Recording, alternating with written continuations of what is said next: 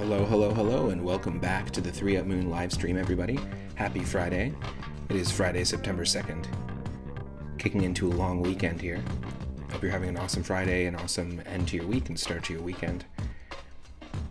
My name is Matt, otherwise known as 3 Up Moon, here on Twitch and on YouTube. You can usually catch me here every single day from 5 p.m. Pacific onward.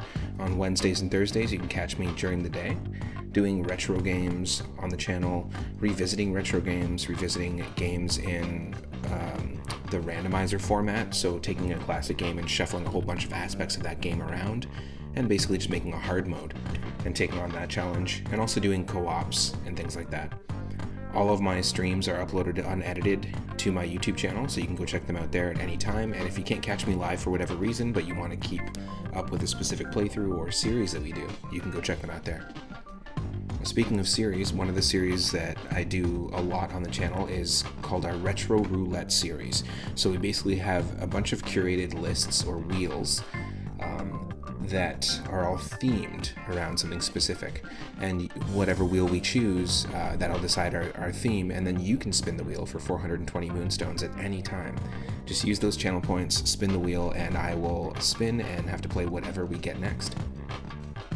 The last couple days we've been playing games that have titles that contain alliteration and rhyming. We've done this before with animal and creature themed games, horror and Halloween and spooky themed games. But we're actually going to kick into episode 7 of our Dream Wheel. So these are retro games from Atari 2600 to N64 that all are connected to dreams, dreaming, or the mind, or even just any sort of concept that is directly connected to perception. So the first one we got today with our initial spin is a fan translation of 1990's Parodius on the NES. I've beat this game on the Game Boy before as part of our animal and creature themed playlist. And basically, it is a Gradius parody by the people who made Gradius. It's quite good.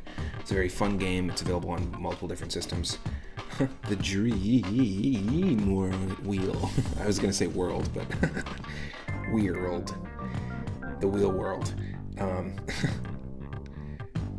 It's part 7, so if you do want to check out some of the previous episodes, you can go check that out. But yeah, the fan translation is from myth to laughter. Parodius, from myth to laughter.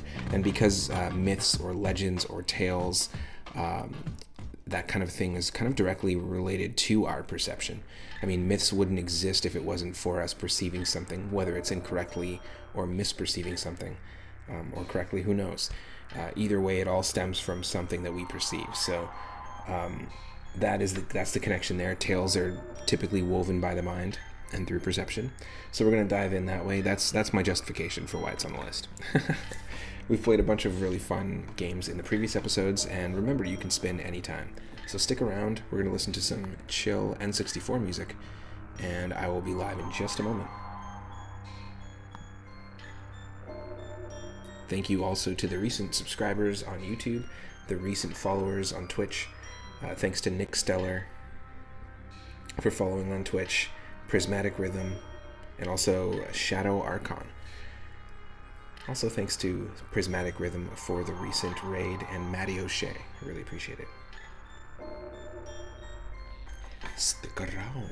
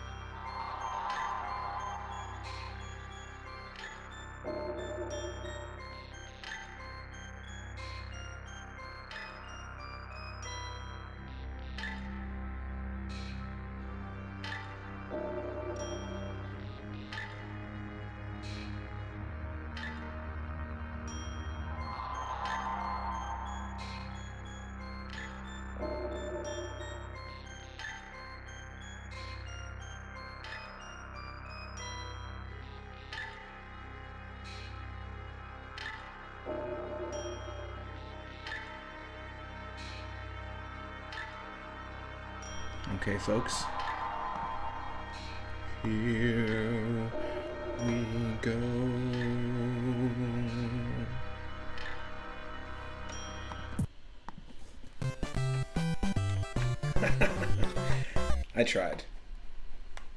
I tried that transition. It was awful. The name's Parodius. Parodius.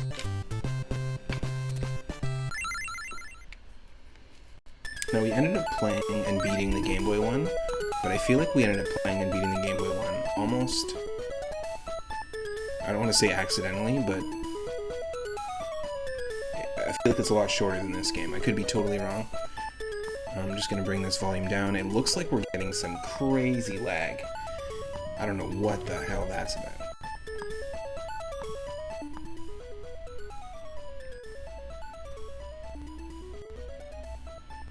I wonder why. Just out of nowhere.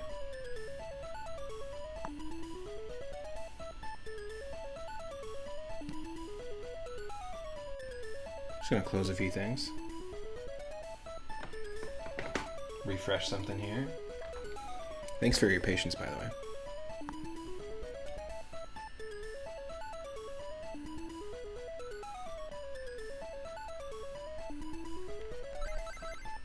Is the audio in sync as I select through these wonderful, colorful creatures? We can play as Twin Bee.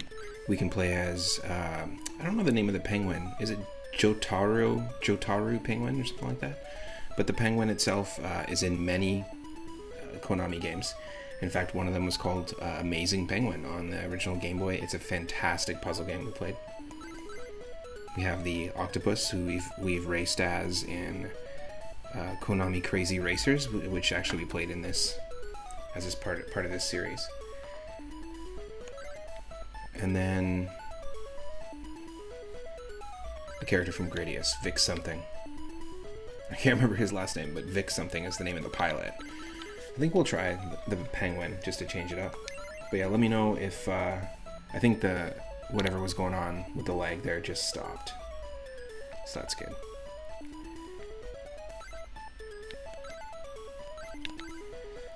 I usually like doing manual power up, but let's change it up. Let's do automatic and let's set it on normal. Let's do it.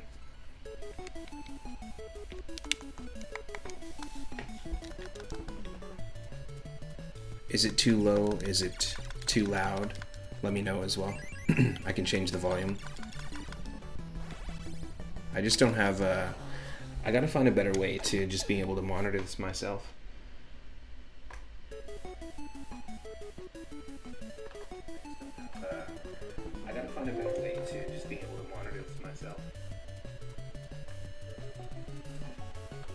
Okay. I think everything just in general seems a bit low. I could be totally wrong, but I'm just going to bring at least the game audio up a touch. I just don't want to... this soundtrack can be pretty ear-piercing. How about a little of this, a little of that, a little of this, a little of that.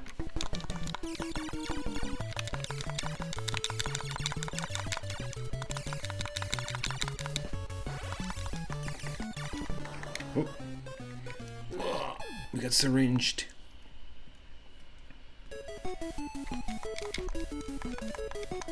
This is a very fun game on Game Boy. Our time with the different Gradius games, or Gradius. I don't know how you say it. I say Gradius because it's like radius. But it could be Gradius. Either way, they're fantastic games. It's a really cool series.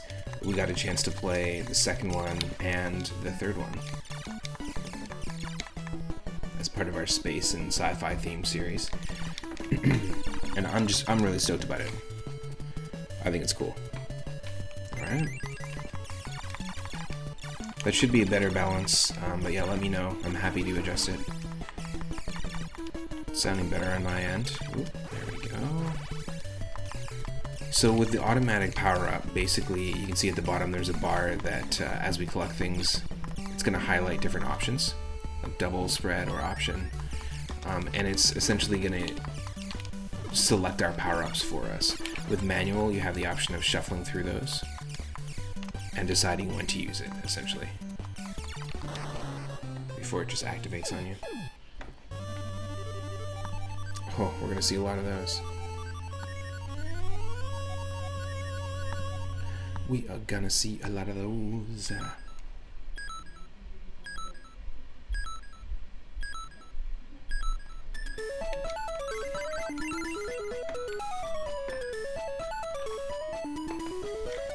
I'm curious.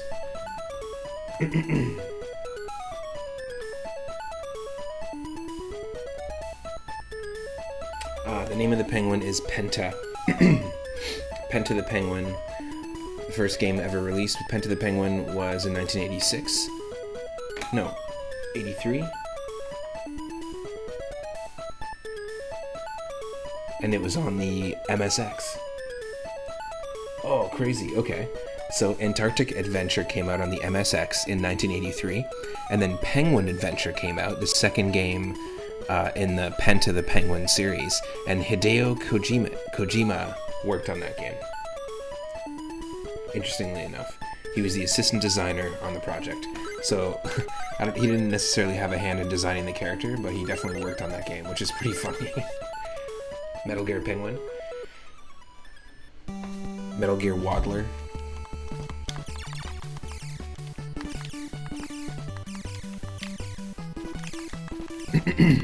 Same company. That's pretty funny.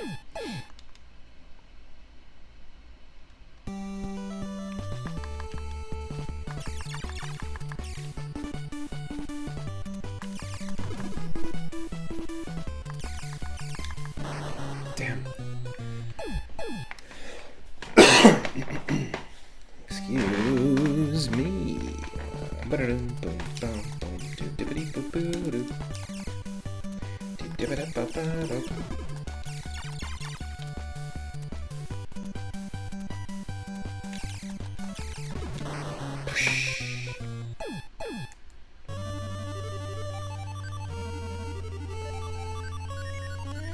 You realize that they could totally have Raiden as a playable character in like a new Parodius game. That'd be pretty cool. Throw a Metal Gear Solid character.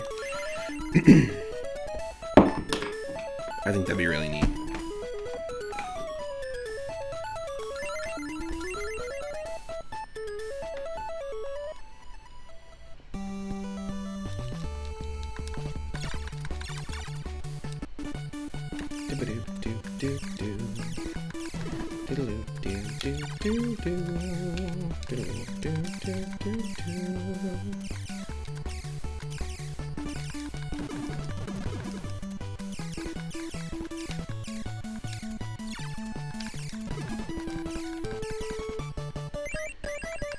Watch out for the orcas. Watch out for the orcas. You don't want to get stung by bees or birds or hit by bullets. You don't want to get stung by bees or birds or get hit by bullets. Or do that. Or hit walls.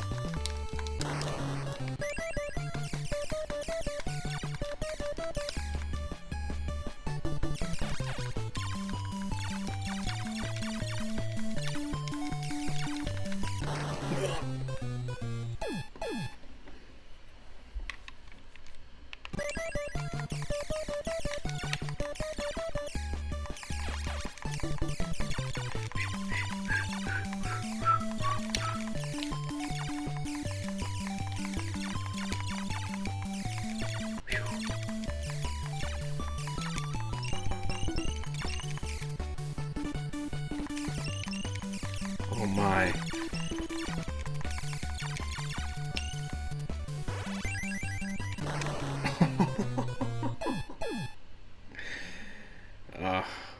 We got lured in. We got lured in. Okay.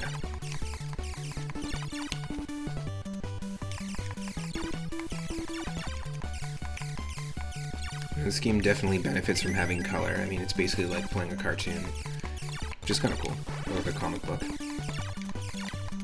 Konami used to have a lot of fun with their compilation games. There was a platformer called YY World, and then there's YY Racing, or Konami Crazy Racers, which came out technically before Mario Kart Super Circuit and was a launch title on the Game Boy Advance. And all of those games, including this, they're like open to having like a lot of crossovers of their characters, which is neat.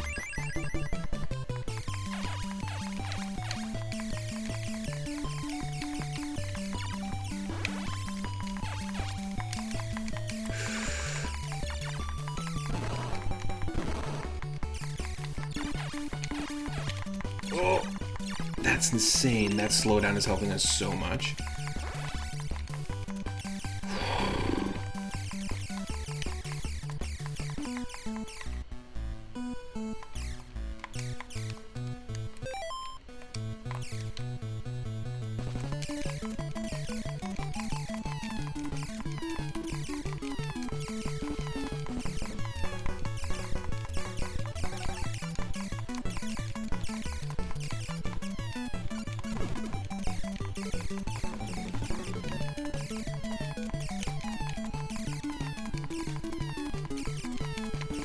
There are some elements of the Parodius games and Gradius games that clearly inspired Cuphead as well.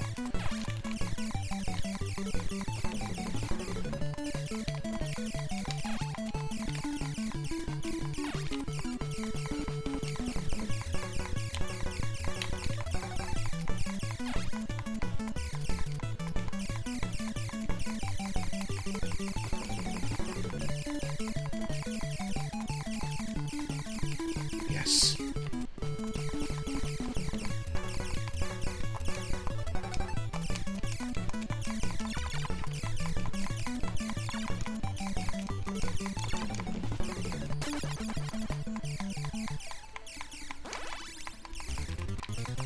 How do I use my weapon? Should be able to use it. It says spread, right? But are we spread? Where's our spread shot?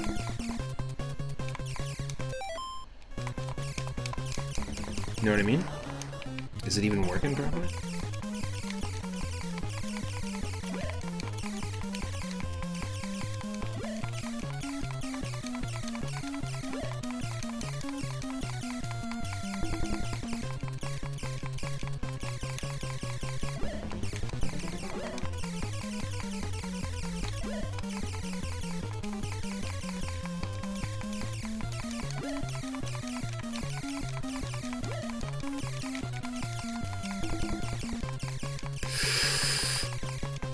Wow.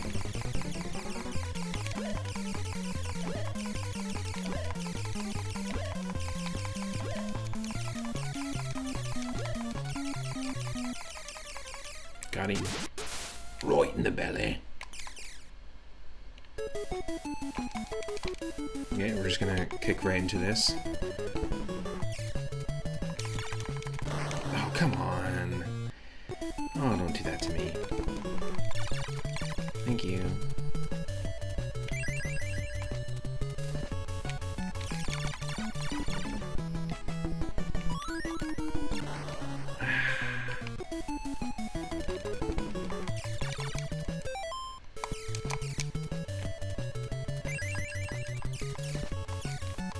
There we go, we got our option now. Got our buddy. Penguin buddies, penguin buddies.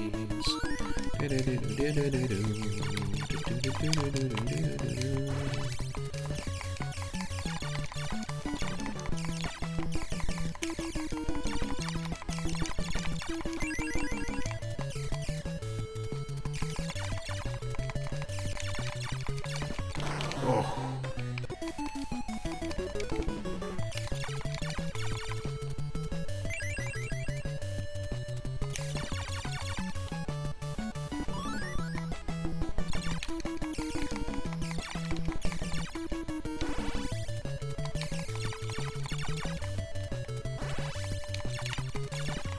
Whoa.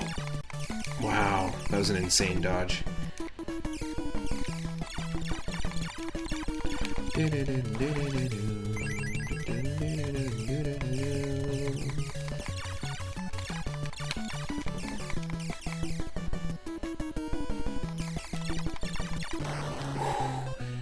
It was hiding out. The syringe was hiding out.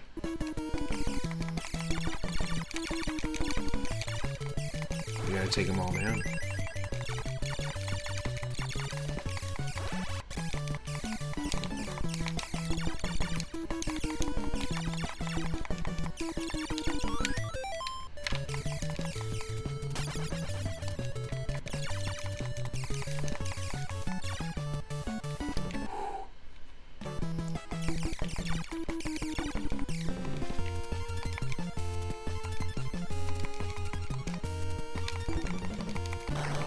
What? Didn't even see the bullets that were coming by.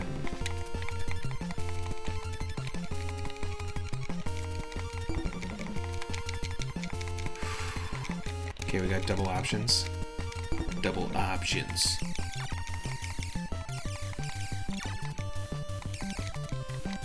Oh, yep, I remember this stage.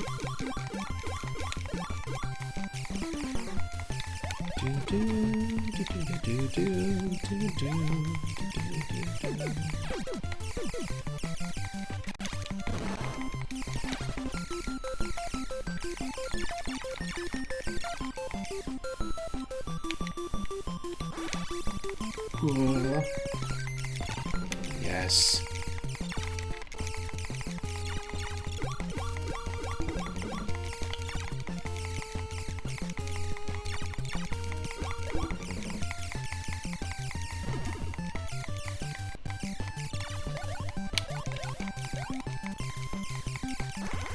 Yes. I love that little do-do-do-do-do. Because it sounds like you did something wrong in the game, but it's actually part of the composition. So it totally throws you off. Some excellent sound design in this game. Simplistic, but it does what it needs to do, and the music's great.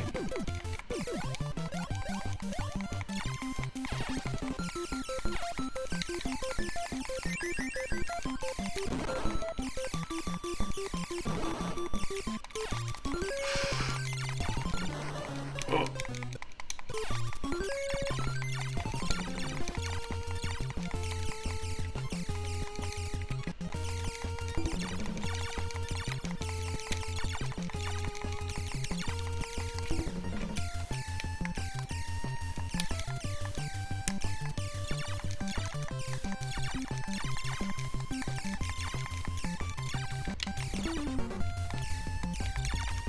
Right? It feels like you're like, oh, what did I do? Something happened. Just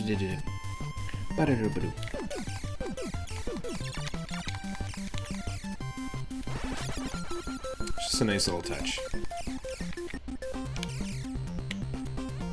Oh, yes. I remember. How can you forget? They gave her pants and a full suit, like she's a ringleader of a circus this time, though.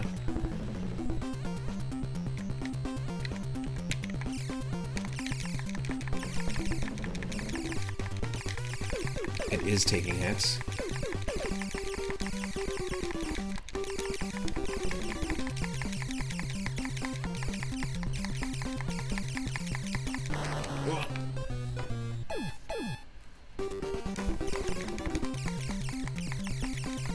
Yeah, the coattail doesn't hurt you.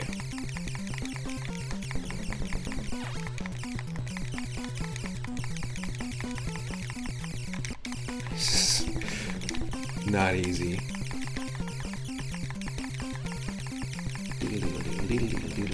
What's the matter? You got 3 penguins between your legs or something?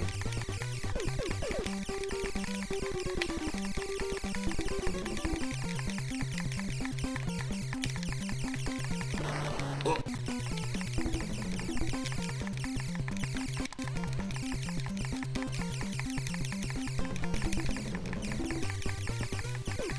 What's up, Matt? You got 3 penguins between your legs. Come on. Yes. I just appreciate that Konami and the team behind this game just, you know, had a sense of humor and wanted to have some fun with the engine that they basically already put out there, and the game they already put out there. That was definitely seeing success. I'm pretty sure they were successful games right off the bat, the Gradius series. I could be wrong, though.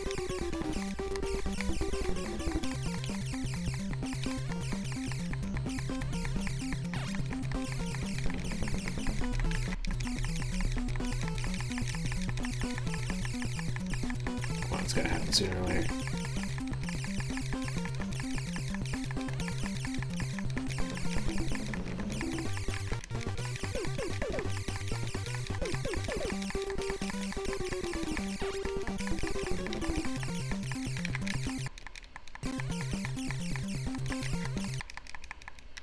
This is definitely still, it is doing damage. It's gotta be.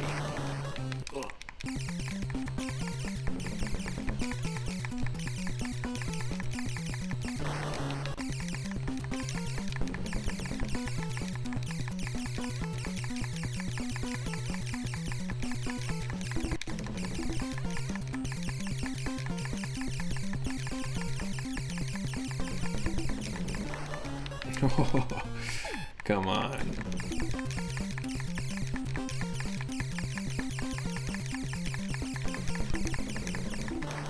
No.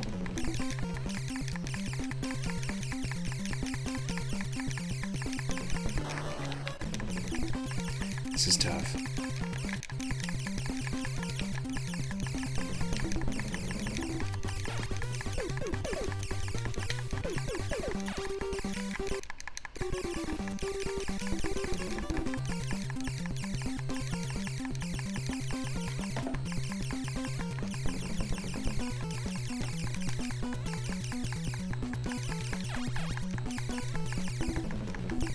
Come on.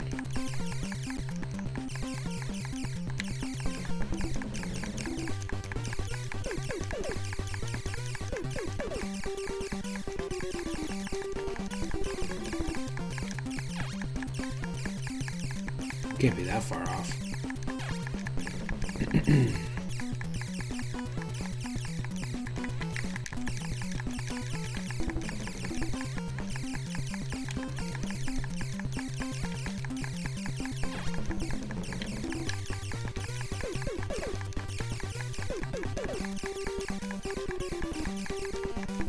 Yes.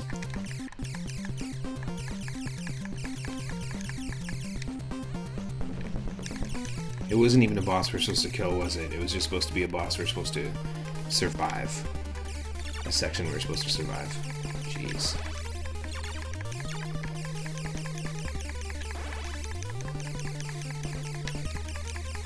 Oh, America!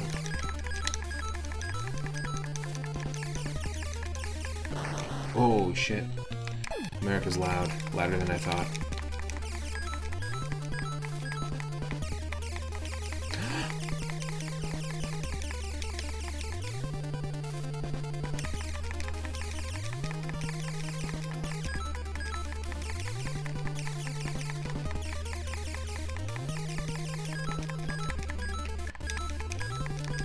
Oh, I get it. That's telling us that we hit it.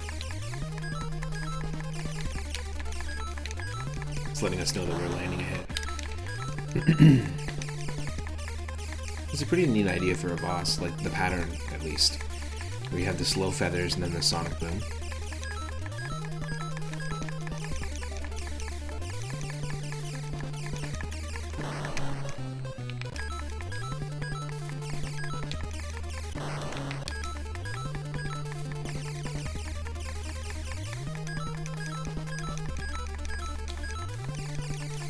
Oh.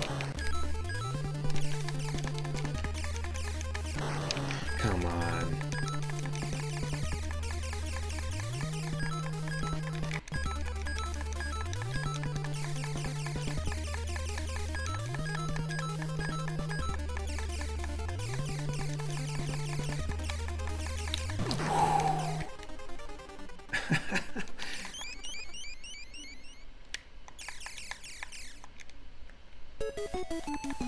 Alright.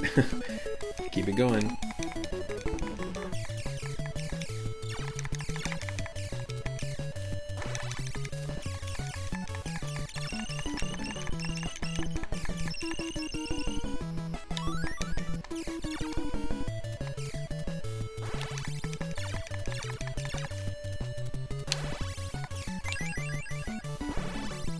Got a bubble. My bubbles. My bubbles. Now the music music's gotta change, now the music's gotta change.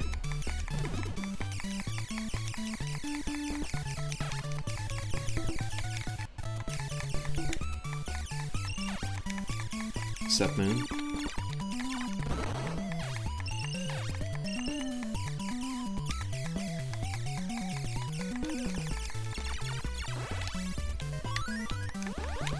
Yes!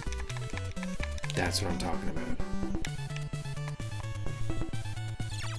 Oh, I was gonna say, am I invincible? Yes, I am.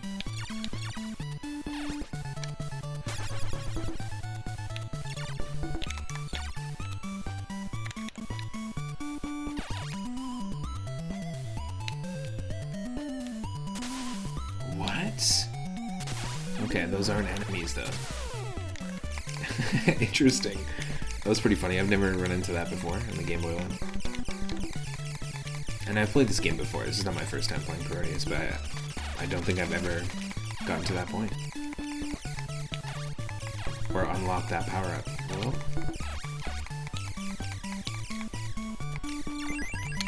This area is very hard to see bullets coming.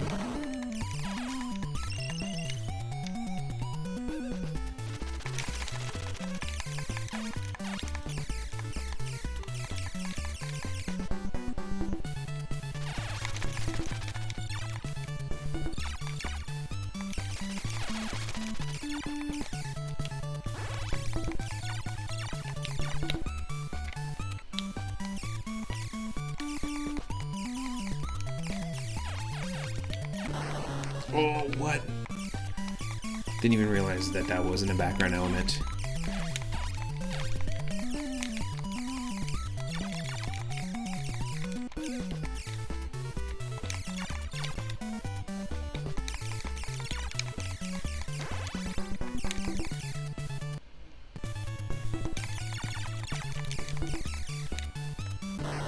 What?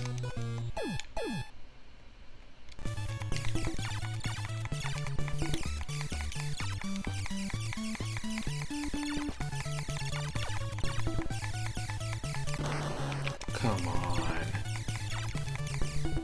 Wow, you really want to take them out early.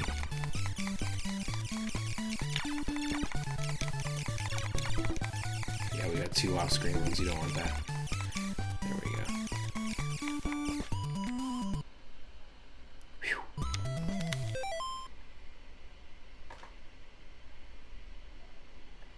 Okay, looks like everything seems to be working.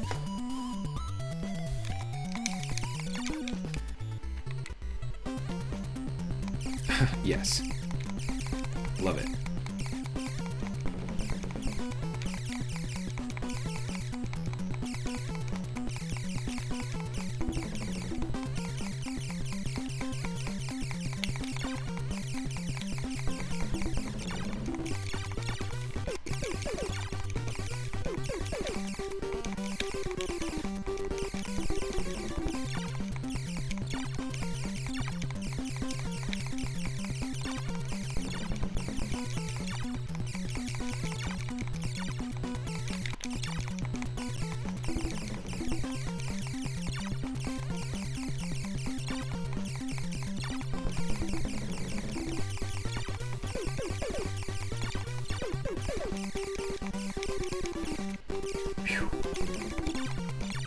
Another survival section.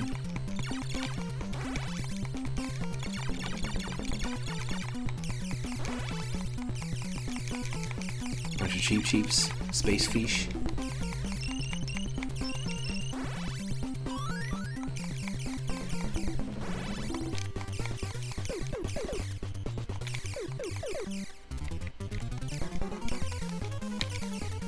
Oh shit, it's Howard the Duck. It's Howard the Duck. Get him.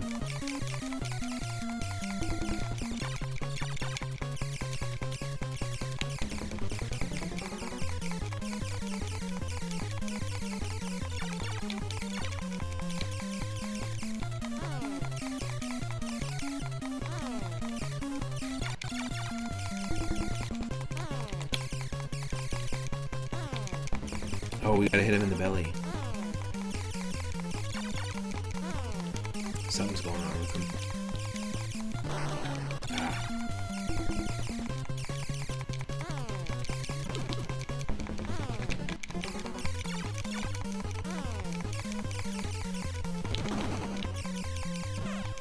Got him.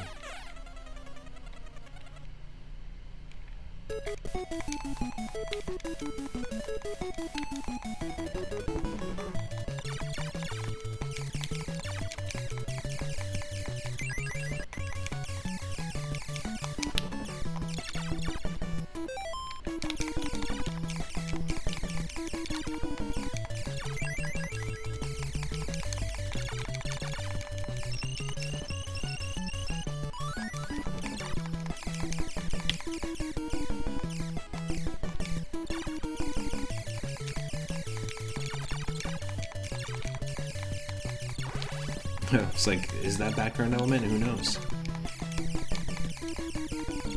Who knows anymore?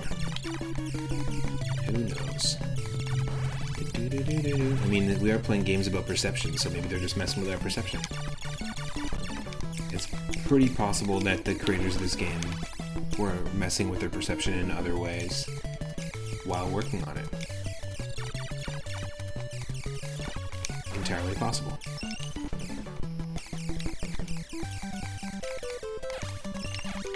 I feel like I'm watching Home Alone 2, Lost in New York. I feel like I'm watching Home Alone 2, Lost in New York. It's the summer. It's still summer, right? It's still summer. It is where I am, at least. Yeesh. She's a hottie. Hot one out there. It's our second heat wave. Possibly third heat wave. I'm really glad I was not camping where we went camping earlier this year during the heat waves, because it's some of the hottest area to be in the summer.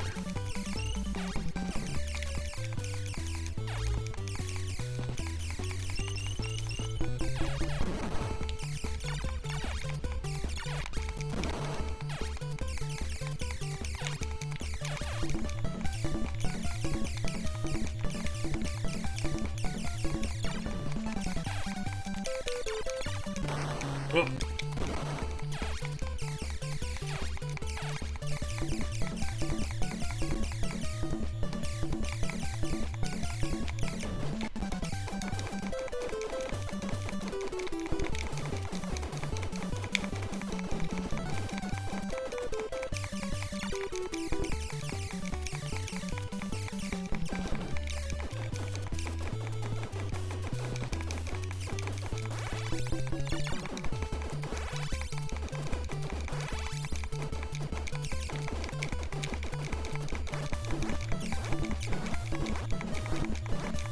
Oh, wow, that was a little terrifying.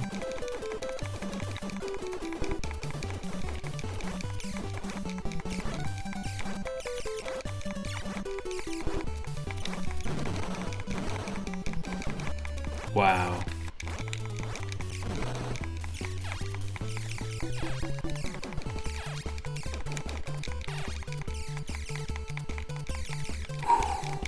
I don't know how we made it through that.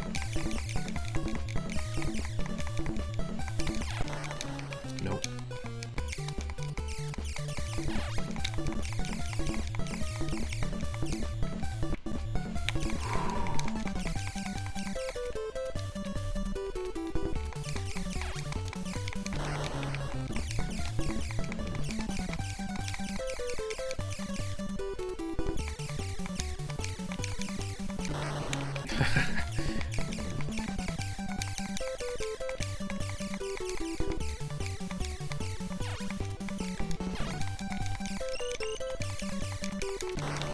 Get out of here. It's just such an awkward spot.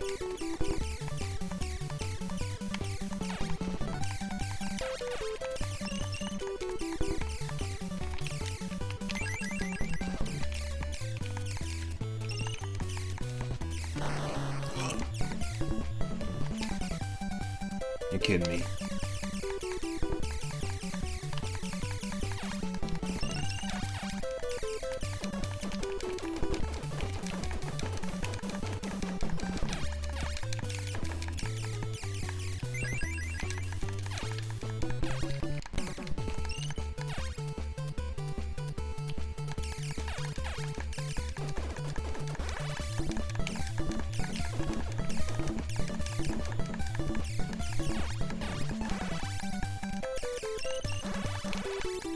Oh shit.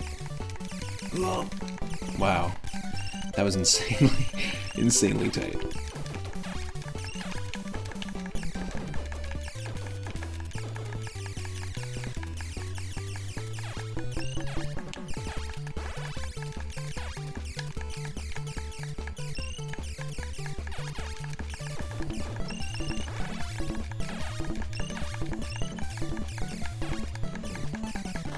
No. Okay, we can't just keep doing the close calls like that.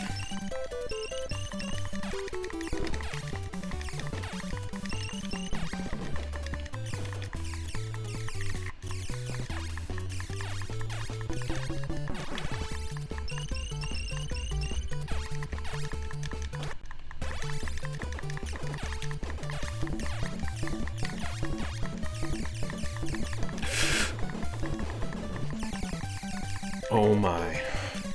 Phew.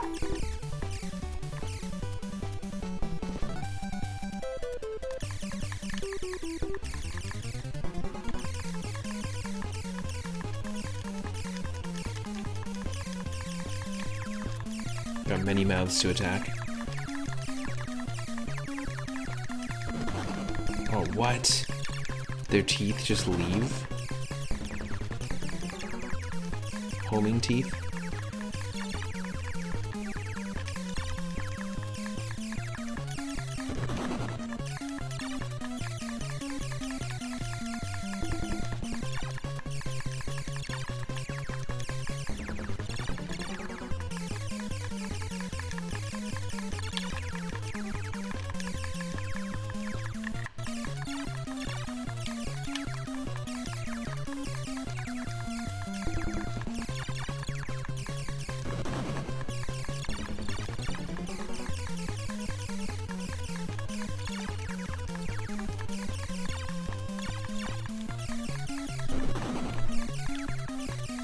Oh.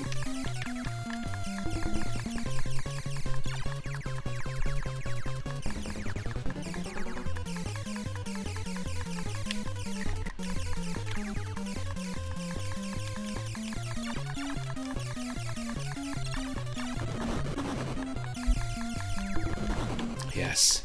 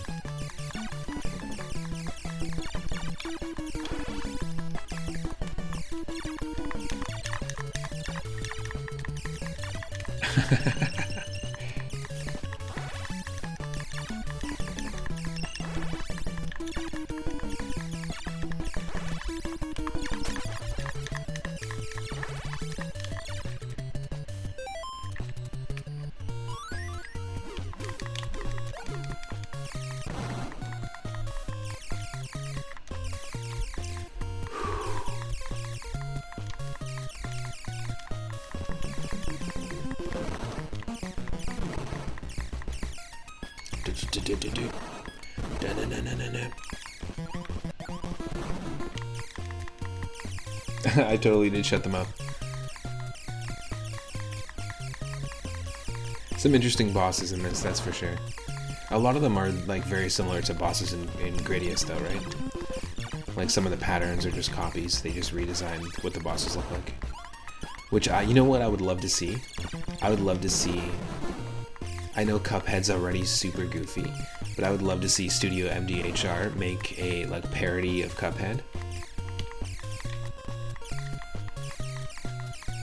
And it would be really cool to see them go hyper realistic, like Metal Gear Solid, like modern Metal Gear Solid, or like Dead Space, like hyper realistic sci-fi, but then just use the same engine of Cuphead. So make a parody, but make it, flip it the other way, going from like serious sci-fi to, because Gradius was basically a serious sci-fi game back in the day. It's considered realistic, right? In some fashion. More so than this. It would just be really cool to see.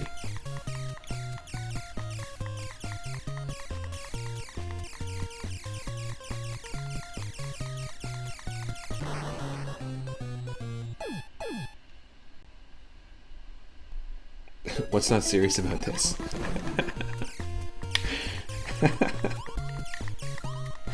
I'm gonna let you answer that question.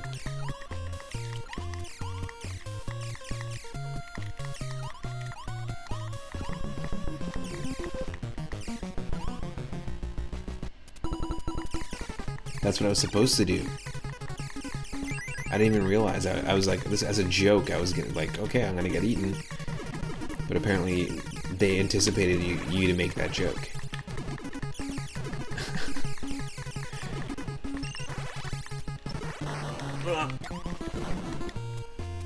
I did not expect that. I did not.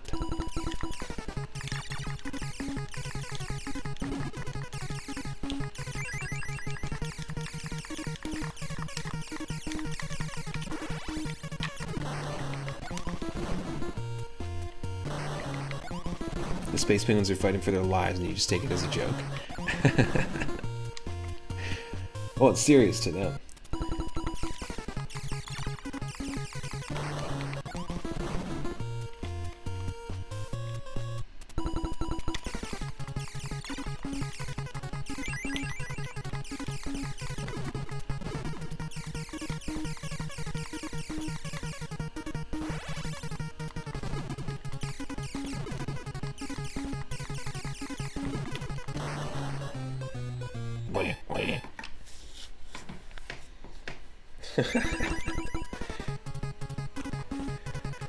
Is this just some kind of penguin joke to you? Do I look like an emperor penguin over here?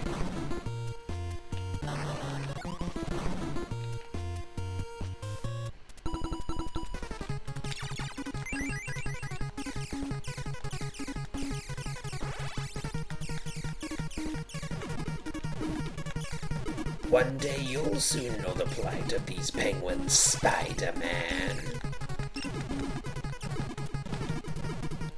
Oh, not today, because we just got ourselves a spin of the wheel. Alright, Itorama, redeeming that wheel spin. First wheel spin of the day. Let's do it. We're spinning, and it's landing on game number 304. So I'm going to try to play music, to do things in a specific order.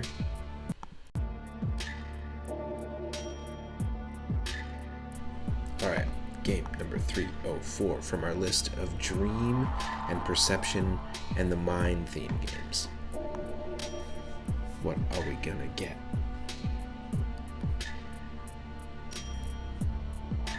Haha, nice. Why not?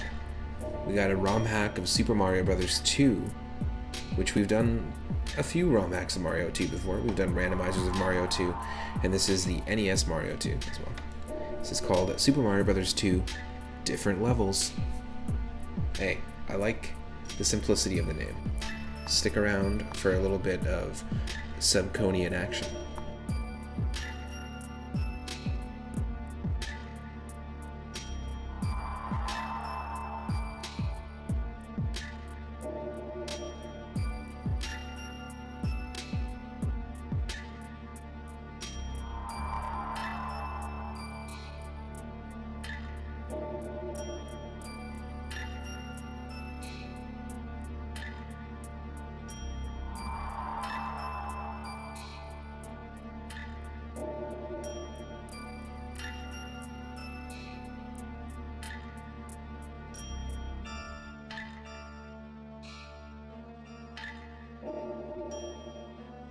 This is my favorite song from the Super Mario Bros. 2 soundtrack. In that one level where you get to finally play as Wart and he escapes from that military prison. And you're sneaking around as King Wart, but you still have like your scepter, your crown, and your giant ass cape, like your king's cape. It's a really difficult level because, I mean, it's really impossible to be stealthy as a giant alien toad frog king, you know? Dressed as a king. But easily my favorite level of Mario 2.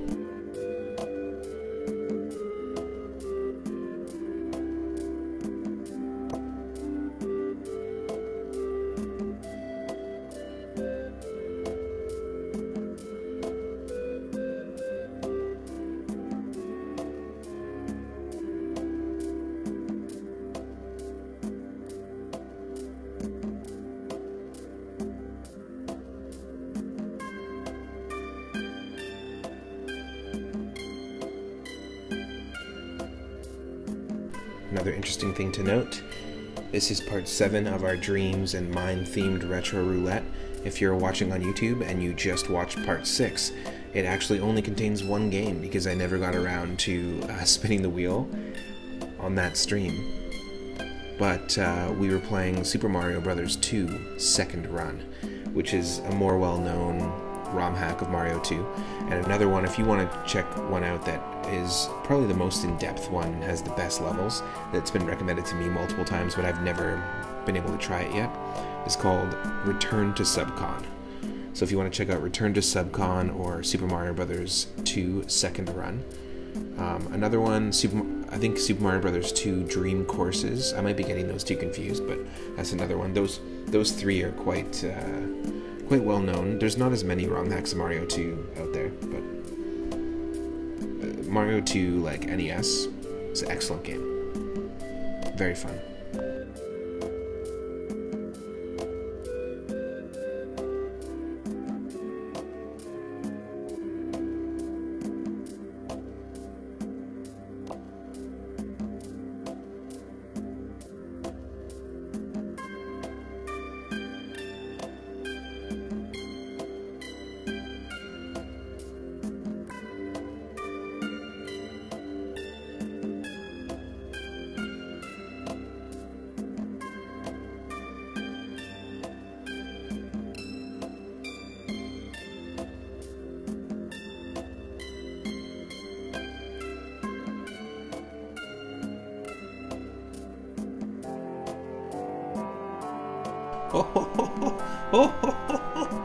It's not what I thought it was.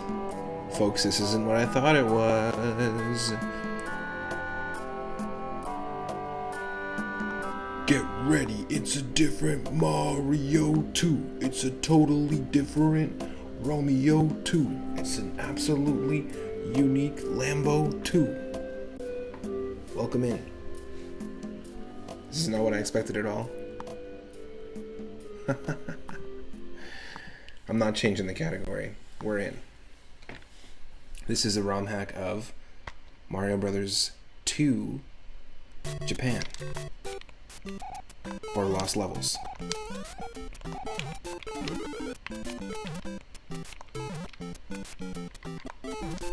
Now everyone has control over what I'm playing next, and today the theme is games about the mind or dreams or perception, and obviously my perception was completely messed with because I thought this was a ROM hack of Mario Bros. 2 USA, which is, no spoilers, it was all a dream!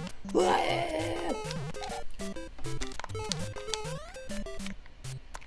hey, this is still a perception-themed game because my perception was fucked with.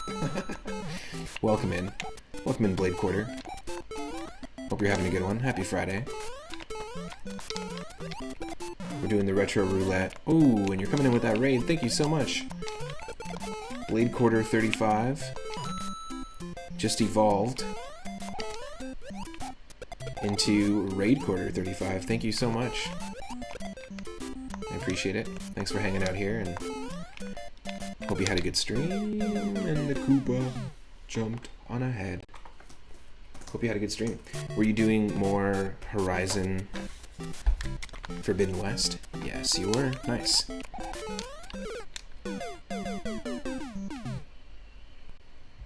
I did more deep dives into the game and just kind of reading up more on the game and stuff yesterday. It's doing okay. You were streaming. Nice. Oh, that's okay. No big deal. I'm gonna be streaming for a bit. We are playing, this is called Mario Bros. 2 Different Levels. But I have a feeling that this is not that altered. I have a feeling that somebody might have just, like, you tell me. I'm not super familiar, folks, with Lost Levels, but you tell me if this is actually that different than the vanilla Lost Levels, because I have a sneaking suspicion that the only thing they changed was the names Mario and Luigi to Romeo and Lambo. Hey, early era ROM hacks, they were like pleased with themselves, hackers, when they could just like change a character's name or face, or even just change the font. I remember messing around with something called YY-CHR or YYCHR, and you could just open up an NES ROM and basically mess around with the font. So I would often swap out font for Mario Brothers 1. Just go and grab font from another NES game that I liked, like Castlevania or something. It's just something different, and replace it.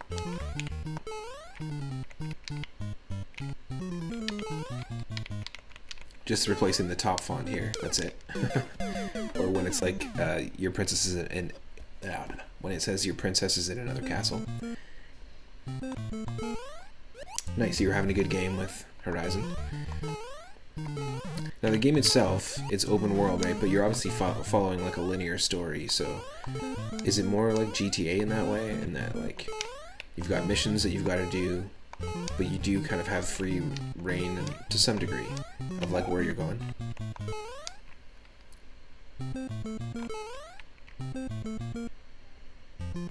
You did game modding when you were younger? Nice. You haven't done it in years. Yeah, I used to mess around. It's like, to me, the way my brain works is I just want to understand how something works, especially with video games. More so with video games than anything else, and with music as well. But I've been more increasingly into game development these days.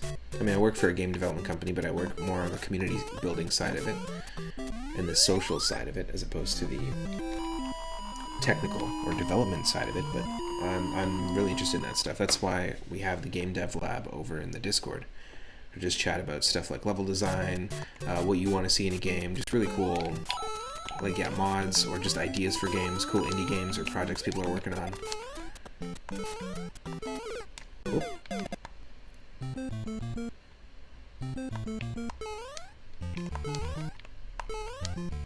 I have a feeling this is just Lost Levels. I mean, I don't play Lost Levels often, but I have a feeling that's all this is. Retro Gaming Backlog, welcome in. Happy Friday. We are doing the Retro Roulette, which means anyone with 420 moonstones can spin that wheel, and we've got over 650 games in the list on this specific wheel that all are themed around dreams, the mind, or perception. And I thought this was a Mario 2 USA ROM hack that we're playing right now, but it turned out to be a Mario 2 Japan ROM hack, which is not about dreams at all. What? We're the Mario Brothers, and this isn't my game. You need to fix your Nintendo. Oh, you want to play more classics like Contra? Oh yeah. I'm going to do a shout out to Mighty Collector, friend of the channel, who also often does like Contra challenges and stuff like that. Recently doing the Cowabunga collection. Contra is a game that I'm not very good at, but actually just a couple days ago we were playing as part of a Sega Classics collection. We were playing Gunstar Heroes, and there's so much in Gunstar Heroes that inspires games like Cuphead, and there's so much in Gunstar Heroes that was very obviously inspired by Contra. And I think it's really cool to see that games like Contra inspired the first generation, and then the next generation you've got games like Cuphead, which are clearly inspired by that, and also, you know, Metal Slug, and what do you call it? It's just on the tip of my tongue. Cuphead's obviously inspired by Parodius. We were literally playing it. That's how we started the stream, as we played Parodius on the NES.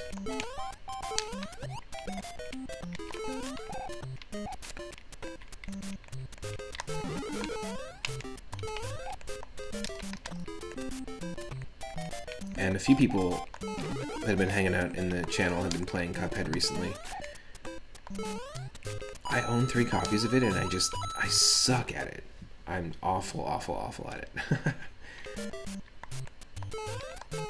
If we've got a mod in the channel, can we give a shout out to Retro Gaming Backlog? Wow. Boom.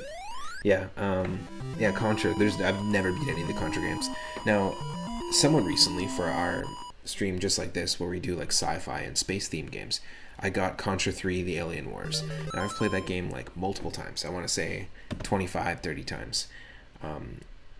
And it never clicked with me. But the last time we got it, for some reason, I don't know what sort of equation or what sort of new element to the equation or variable was introduced, but I had a blast. I was like, what? How did I not enjoy this game like this for this long? But I tried so many times beforehand and it just never grabbed me. And it's funny because I equate it to Godfather 2 as a movie. I actually don't really like that movie. Every time I watch it, I can't get to the end. I've never seen the end because I always fall asleep, and I never fall asleep during movies. But with Godfather 2 specifically, I always fall asleep. It's like it perfectly lulls me to sleep, and I'm like not interested in the characters whatsoever. And I don't see the hype at all, which is like super hot take. But I have a feeling that because Contra 3 Alien Wars taught me the other day that one day I will love The Godfather 2. One day I'm just going to watch it after like 1,000 times attempting it. I'm going to stay awake, I'm going to be invested, and I'm going to start telling everybody I know that it's the best movie I've ever seen in my entire life. Hands down. King of the film. But I'm just holding out for that moment. But Contra 3 really, really impressed me recently. And to the point that I'd love to play a 2-player and do like a multiplayer co-op stream at some point, because I had so much fun in single player. I can imagine it's going to be very fun 2-player. Cuphead's definitely on your backlog. Oh yeah. It's a beautiful game, and I want to support the creators. One, they're Canadian. Two, they're two brothers that were inspired by the work of Max Fleischer and Dave Fleischer, who were also two brothers. And they released their game almost like 100 years after Max and Dave Fleischer started their company and started off doing some of the first like early silent animated films or short films in like 1918 or 1919. No, it might have been 1918 is when they did their first animation ever. So almost exactly 100 years later, another pair of brothers from the same continent decides to put together a game that's greatly inspired by games they grew up with, but by the visuals of, cartoons from, obviously they're going from Max Fleischer and Dave Fleischer's more 30s aesthetic, but it's just a really poetic sort of story. It rhymes. It's like poetry. It rhymes. Okay there, George.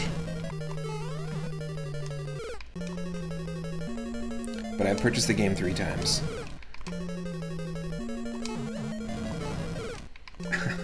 Because I just want to support them. They also brought in and employed like a whole team of incredible local musicians, like local Vancouver-based jazz musicians to do the soundtrack. So it gave them a gig, it got them a paid gig, and it's an incredible opportunity as a jazz musician to be able to score a video game like that. It's pretty wild. Some really cool videos online of them recording the soundtrack. Highly recommend checking it out. Oh. Retro gaming backlog. There's the shout out. Mega Man 6, nice. I tried that for the very first time somewhat recently for our rhyming and alliteration themed wheel. I'm not great at the Mega Man games, but it was fun. I do want to, I've been getting better at the Disney Capcom NES games over time, but I do want to, just sit down and as a series eventually go through all the Mega Man games. Right now, the only game that we have ongoing is we have plans to do another Pokemon Nuzlocke challenge. So shuffle all the Pokemon around to the game and basically do a hard mode challenge. We beat our very first Nuzlocke challenge a couple of weeks ago. I've attempted so many. I've attempted co-op challenges, and we beat our very first with a ROM hack of Fire Red. But I'd like to do a series of Mega Man games. We do have an ongoing series where I'm going through every Mario RPG game, and I've beat Mario RPG and Paper Mario. So up next there would be Mario & Luigi Superstar Saga. And recently I started Pokemon Mystery Dungeons. I've never played Pokemon Mystery Dungeon before. I started Red Rescue Team on Game Boy Advance. It's a very interesting game. Obviously, it's a spin-off and a completely different type of game. It's actually based off of a Dragon Quest spin-off. And I like it so far. We're a person that was turned into a Pikachu. And we have to essentially, like Animal Crossing, we kind of build relationships with other Pokemon, do favors for them, and explore dungeons. And the dungeon crawling is sort of like a roguelike in that, you know, the enemies or the Pokemon you encounter, and the layout of the dungeon is different every time you play. Just kind of neat. And I'm really into games like that, roguelikes and dungeon crawlers, so it surprised me that I hadn't played any of the Mystery Dungeon games. There's also a Gundam-themed Mystery Dungeon, a Twinbee-themed Mystery Dungeon.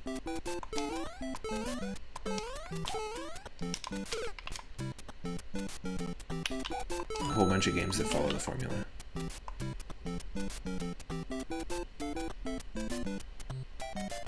Oh, holy shit. This is definitely just the regular Lost levels, by the way.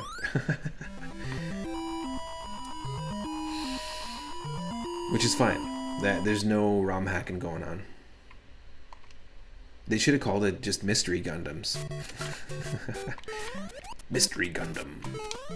That's the name of the game. No, it's not. It's like SD Chibi Robo something something. Mystery Mobile Suit Dungeon Gundam. Wham wham.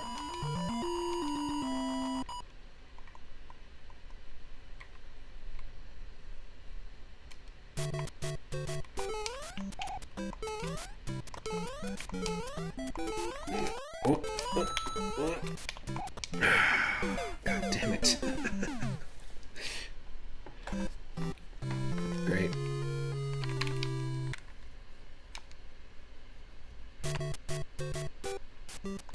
This is just World 2. I have not beat Lost levels before. Whoa. Wheel spin. As soon as we land on this guy. Alright, we got a wheel spin, so that means... So Blade Quarter redeemed the wheel spin. That means we're going to switch things up, go to our third game of the stream, and we're spinning.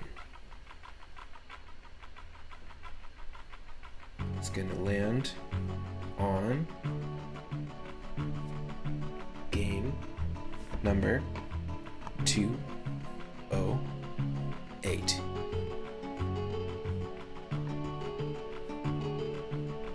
Will it be? What will it be? Oh, we're staying on the NES. We're playing Conan, The Mysteries of Time on the NES. So I imagine this is a Conan the Barbarian game. I've never played any Conan the Barbarian games. Let's check it out. Now, obviously, this is in here because time is in the title, and time really only exists because of our perception. And mystery, anything with mysteries or puzzles or like detective-style games are all in this list too. So, pretty cool stuff. Conan, The Mysteries of Time, up next.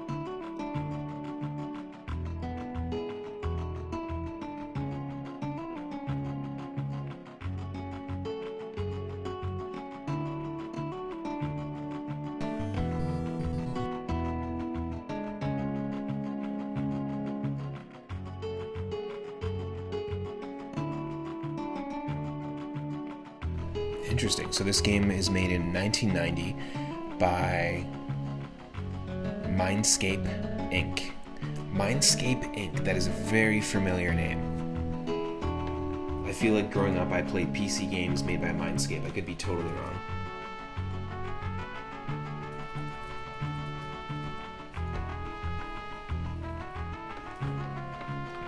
Let's check the wiki. The Wikidex. Mindscape, the video game developer Pokemon. The Wild Mindscape can be founded by Roger Bowie in October 1983 in Northbrook, Illinois, in wild grass. Sometimes the Mindscape makes games like Deja Vu, James Bond 007 Goldfinger from 1986, Shadowgate, Mavis Beacon teaches typing, and if you're lucky and you throw the right Poke Lure, you'll also find out they made the NES Indiana Jones game, all the ports of Paperboy, Sim Ant, Sim Earth, Sim Life, Star Wars Chess, Lego Island, and even Billy Hatcher and the Giant Egg. Cool. We won't take it in our party. I'll leave it in the PC for later.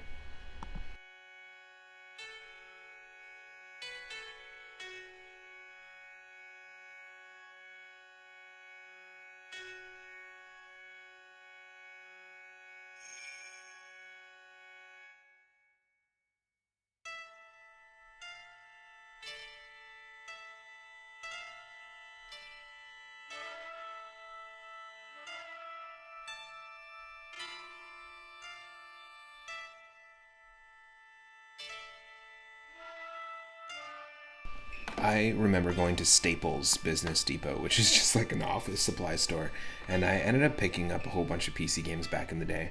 One of them being Sim Earth, which was one of the ones listed there, and Sim Ant. And Sim Ant really didn't connect with me, but Sim Earth I had a blast with. It was super cool. It's very simple.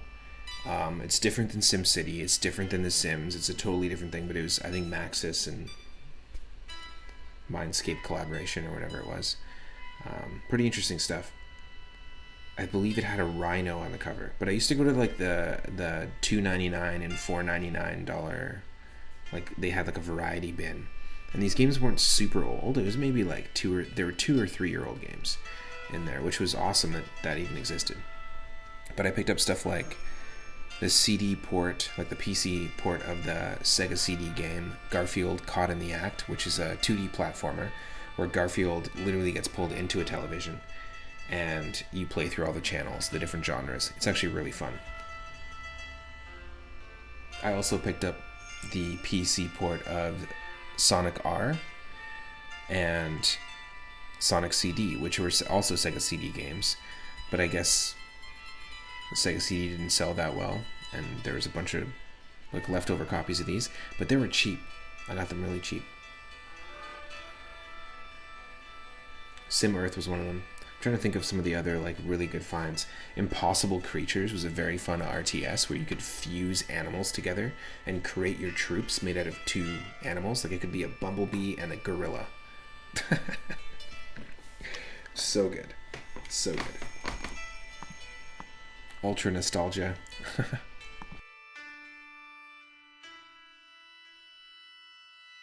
Or a scorpion and a tiger.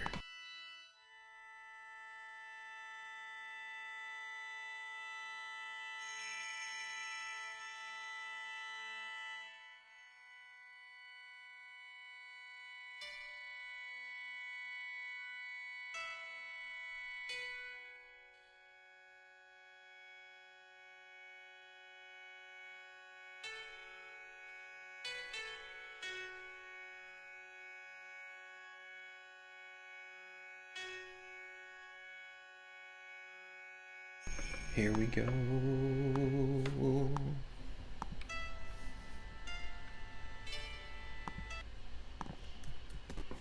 Another awful transition, but okay. Thank you again, Blade Quarter, for the raid. I appreciate it. Oh, no. Nope, nope, nope. Right away, It's got animation like Prince of Persia, and I'm not a fan of the feel of those sort of cinematic platformers as a player. And then it gives me instant throwback to Dragon's Lair on NES, which is the worst port of that game. I'm a huge fan of Don Bluth's animation, but jeez, what the? So it's one of those games. All right, up is jump. I feel ya. Good thing you can't hit your head on the stalagmites, but you can kick skeletons. We can kick skeletons in the crotch so hard that their heads fall off. It's literally what's happening. Whoop! Holy shit! And we can jump. That's quite good. So we have 2 types of jumps, and we also have an iron skeleton. With incredible shock absorption because we did not break our ankles there. We should have.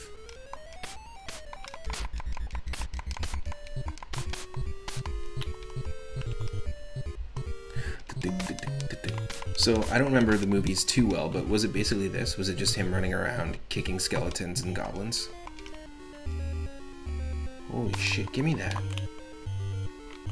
Did he just take that? Did you just take my knife? My boy. I mean, it's no Horizon Forbidden West, but at one point, this was the top tier. This is the best video game anyone could get.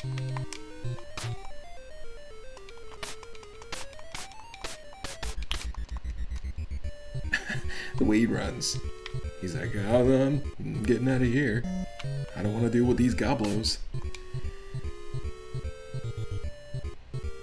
Oh, bad news, bro.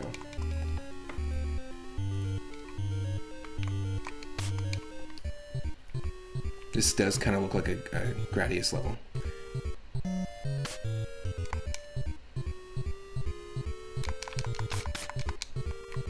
How do I pick it up?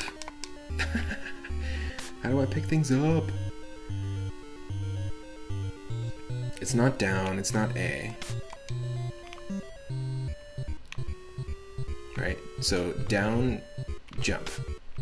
Down jumps for me for some reason. Up, jumps as well. So both down and up are the jump button. A is this. But if you... Okay, A and B are the 2 attacking. That is very strange. So A and B will both attack. Select takes me there. Start does nothing. So it's not the pause button. Select is the pause button. And up and down are the jump button. That is wild.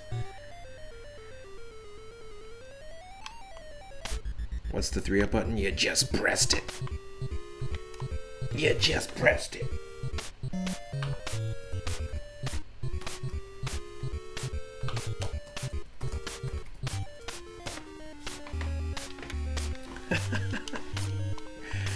Conan, you got a show to host, alright? Cut that hair. Put a suit on. Don't keep your guests waiting. Funny story, I was kicking goblins on the way to the taping of the show tonight.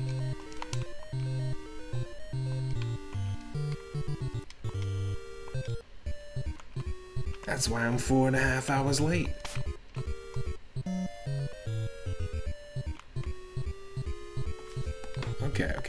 Okay. Jeez.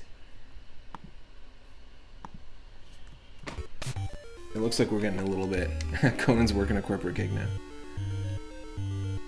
Yeah, Conan O'Brien. Conan the O'Brien. Can't do it. Yeah, Conan. Company man.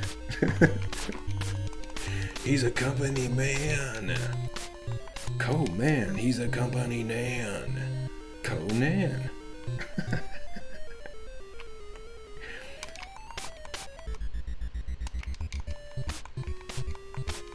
So our competitors put out a product and it's very similar to ours, and it's made them about 8% more than the product we put out. destroy them.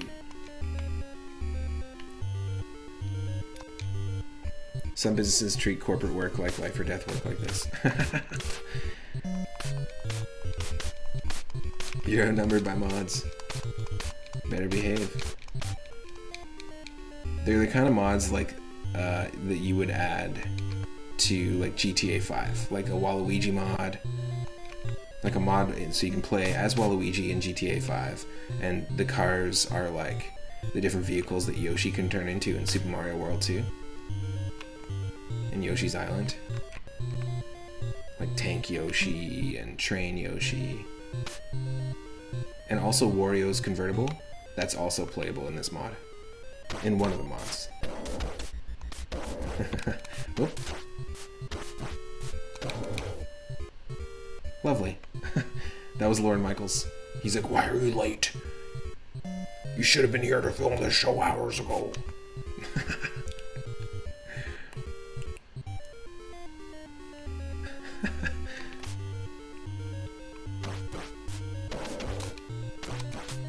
Buddy, buddy, buddy. Buddy, buddy, buddy. It's okay. I'm here to take the show. Nah. Lorne Michaels isn't that easy to deal with, apparently.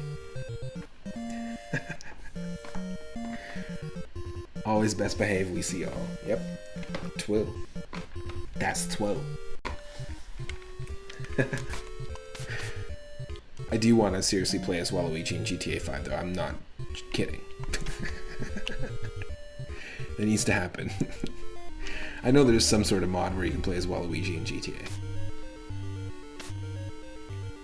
Waluigi GTA. Oh.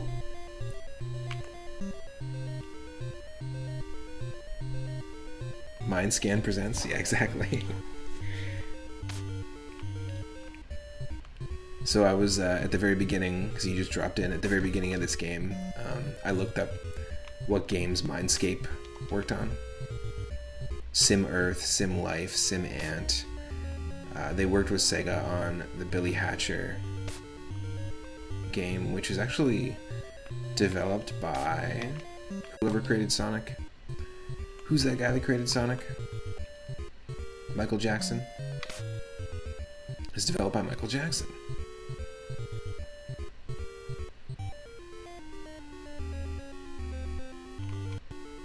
Okay, so I figured out how to play the game. You just gotta keep running. Yes! What happened? Did he eat me? Did I get fired? Am I no longer a writer on SNL? Do I have to go to TBS, start my own show?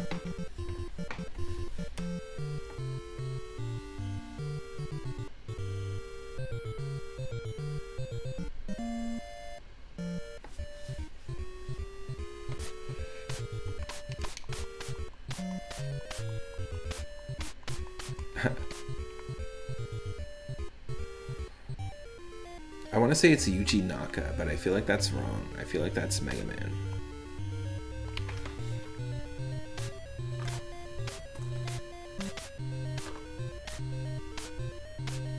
No, it's Yuji Naka! Sonic. Such an attitude. It is Yuji Naka. I trust my trivia brain. After working in a record store for 6 years, basically, one of the things I loved to do was basically help connect people's memories through a story, and kind of connect. Like if someone was looking at a record, what I like to do is like put an album on that had like the same basis that's on that record that they're listening to, and then just see if they like it, and then maybe recommend it. But I used to always like connect trivia together. It was nice. It was neat. Other than knowing the first Star Wars movie is basically a what? Did you just say to me? Excuse me? Jidai Geki? I don't know what that is. I'm still stuck on Company Conan. It's so good. This brings a whole new meaning to climbing the ladder. You're not just climbing the ladder. You're actually like jumping over fiery pits from from mountain to mountain. The environment we're in right now for the first level is basically like the scene where Scar sings "Be Prepared." Look at the very end of that, where they're just all floating on little lava pillars, or pillars in the lava, all the hyenas. That's basically that.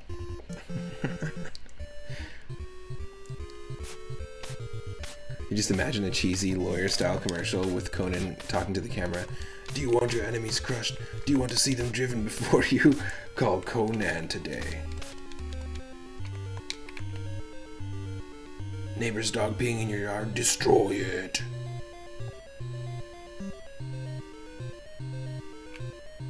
Geki is picture. So if you say Jedi in a certain way, legend has it George Lucas sends you a cease and desist. Oh, I see. A period picture.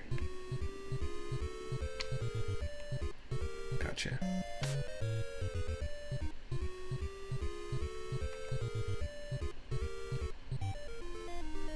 One of my favorite things to put into those like AI image generators is Kryptonian Super Saiyan Jedi, because they're all the same thing. And it's always Goku wearing Superman's suit with a lightsaber. Every time. It's like, fuck yeah. Hell yeah. Kryptonian Super Saiyan Jedi. Without fail, Goku in Superman's suit with a lightsaber.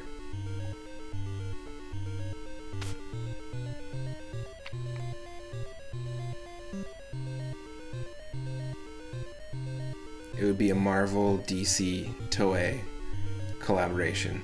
But make it happen, folks.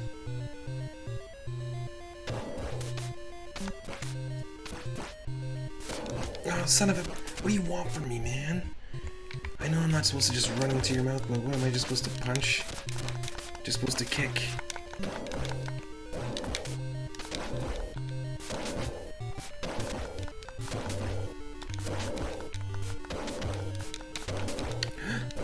Okay.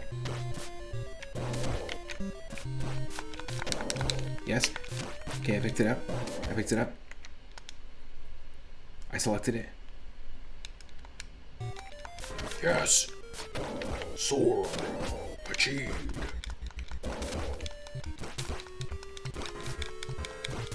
Whoop. What just happened? You got the sword, then you jumped in the opposite direction to your knees, and then you disintegrated. Yes, A New Hope is basically a samurai film. The story matches one for one with an older movie. I love that movie. The best part about that movie is the beginning, and the moment when Luke realizes that his uncle and aunt are killed. It matches up so much in feeling to the moment in Starship Troopers where the main character... Spoilers. Where the main character in Starship Troopers is not on the planet, and then his whole home planet gets destroyed. In those moments, as a viewer, I'm immediately on board with the journey. Like, as soon as he found out that his uncle and aunt were dead, it's like, I'm immediately on board with the journey. Let's do this. You're the character I care about. Let's go, let's go, let's go. This is awesome. Like, pedal to the metal. And same thing with Starship Troopers. They're drastically different movies, but there's like a certain quality, and also in District 9, when the main character reaches a certain point of sort of like desperation, and there's like a shift, there's a moment there where I really connect with that character, and it's like, there's not a lot of films that have really like 100% hit that switch and been like, yes, this is the character, like the hero for you kind of thing. Those are my experiences with those movies, but A New Hope definitely did that for me. In some scene compositions in A New Hope, they're lifted from Kurosawa. Nice. A bit more inspiration, but in space.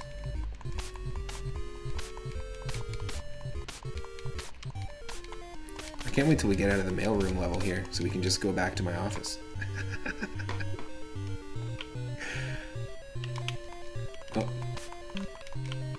there's one of the interns.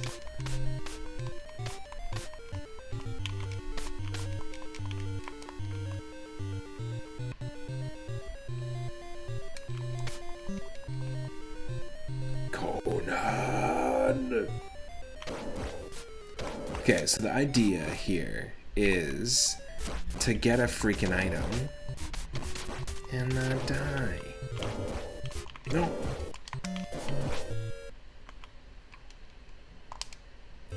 Re-up didn't say the Japanese genre names.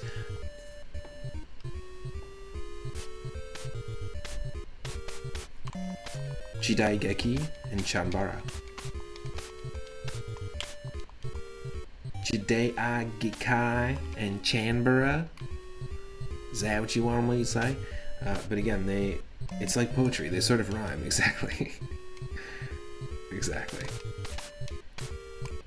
It's like, sir, I was asking you if you knew how fast you were going. Can I see your license and registration, please? George Lucas just uses that as an excuse for everything. Again, it's like poetry.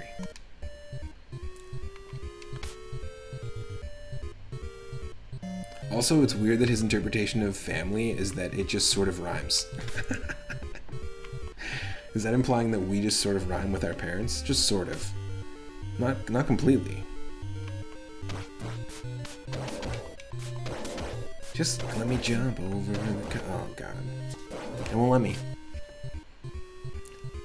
Jidaigeki are more like the slower-paced samurai movies, whereas Chanbara are more action movies. Cool.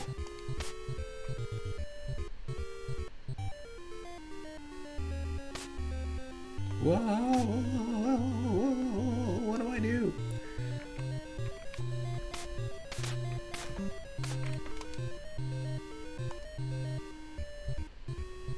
Conan's never gonna get to the taping of the show. Andy Richter's gonna end up having to host for him.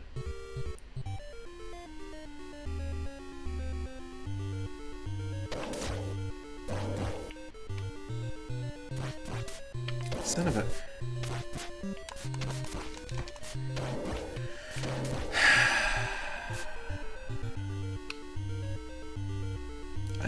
what do you want? You know? They made this game for kids to play?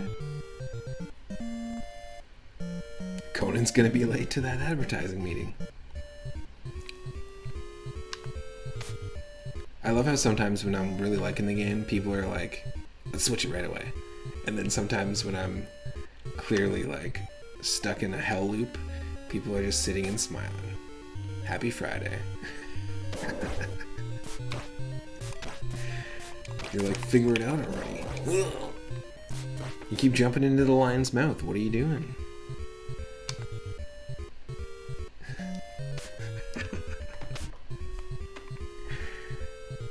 Get Conan to that meeting.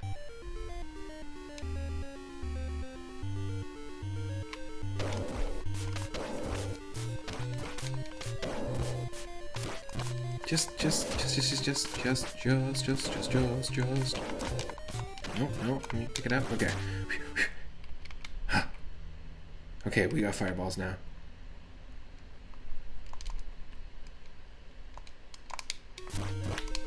Oh no! What am I doing? Oh, zombie paper spin that wheel. Thank God. So far, I haven't learned anything about... so far, there's nothing mysterious about this level, and I haven't learned, except for, like, how to get the fuck past that chimera. And there's nothing about time in this level, except for that Conan is not going to be on time for the taping of his show or that advertising meeting. So spin that wheel.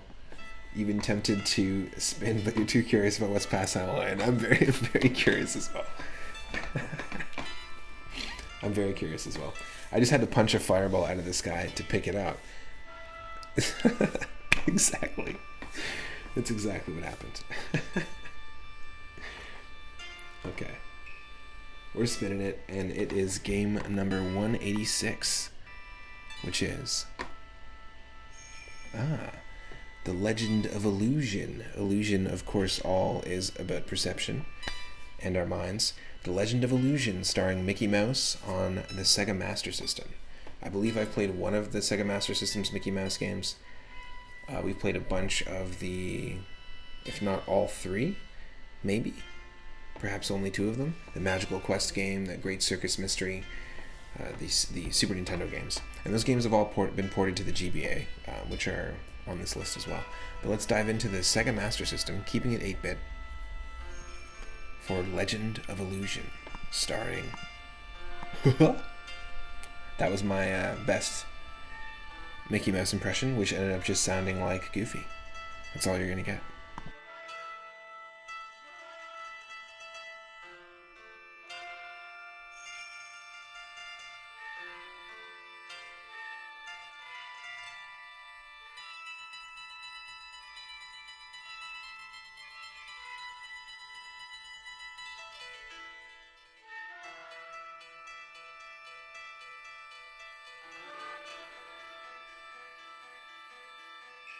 You know what I like to think? I like to think that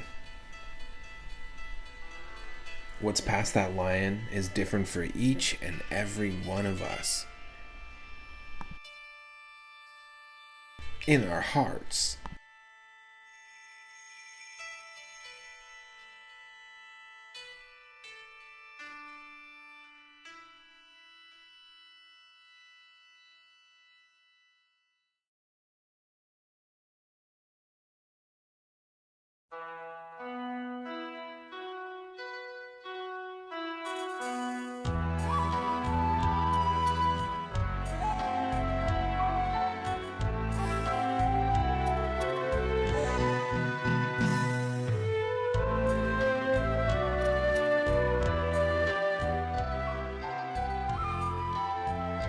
The lion represents our truest obstacles in life.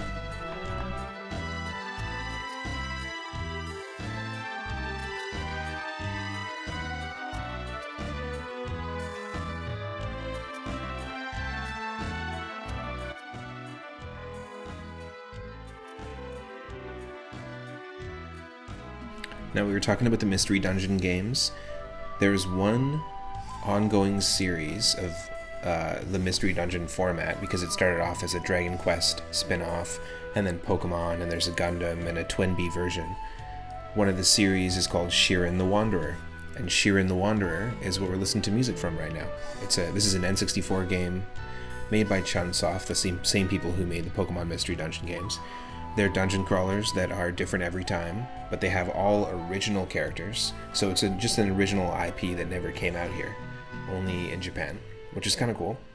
And it's got some good music. It's very sort of Legend of Mystical Ninja aesthetic-wise. But there's a whole bunch of games in that series. Like, I think 11 or 12 or something. Shiren the Wanderer games. There's a bunch on Game Boy. Definitely worth checking out if you're interested in trying out more, what do you call it? I guess like dungeon crawler retro games. Pretty cool stuff.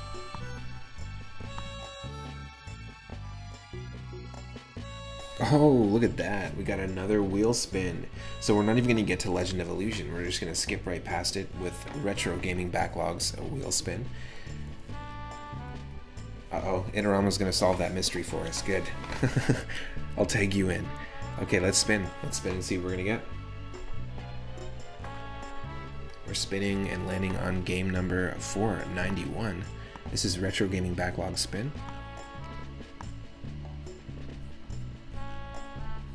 $491 is... Haha, cool.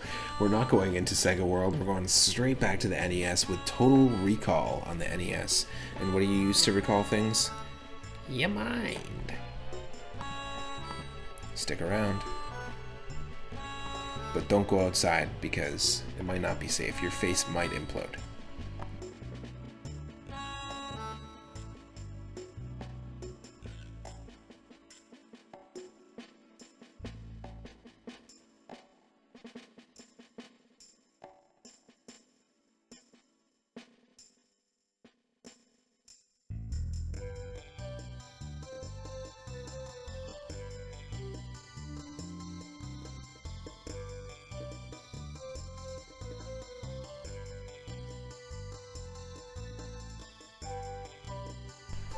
Kill Arnold all day.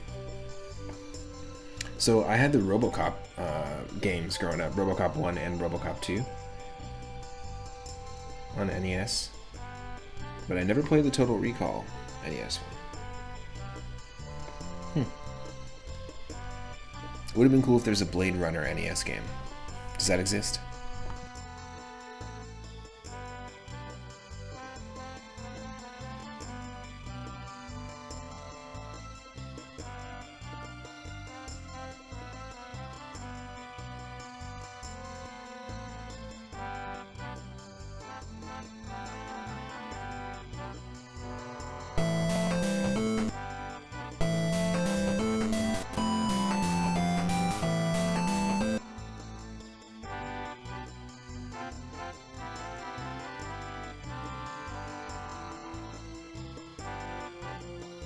My apologies, I'm so sorry for that.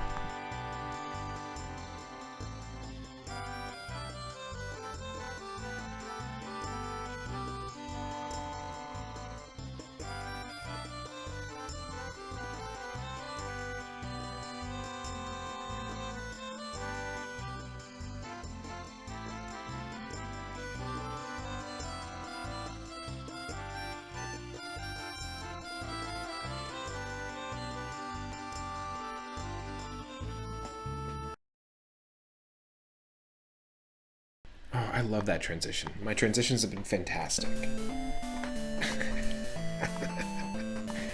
Hopefully this is not too loud, actually. Let me just quickly check.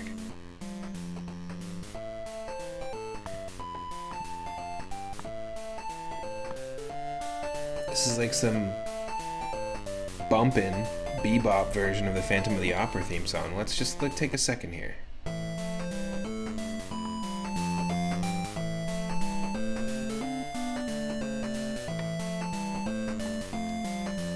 Bring in the Phantom. Here. Dun, dun, dun, dun, dun.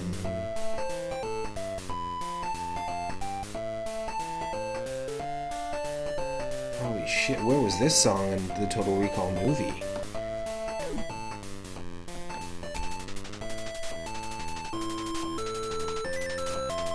Oh shit.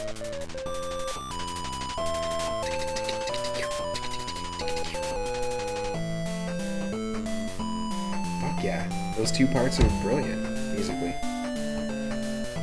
Completely different feels. It's got swing through the whole thing. I'm all about NES compositions and not pressing start for a bit.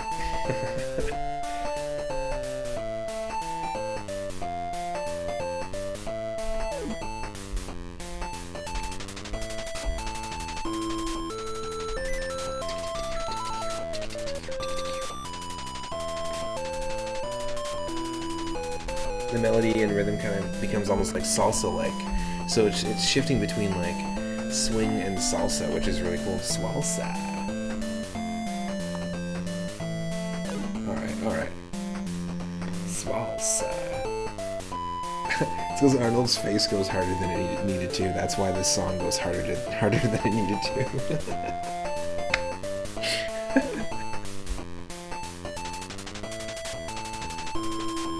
This is crazy. Someone remixed this.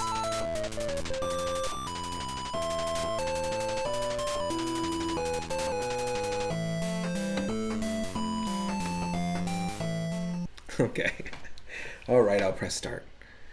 Great example, by the way, of the font that I would go in and like take and replace in Mario Brothers 1 using YYCHR.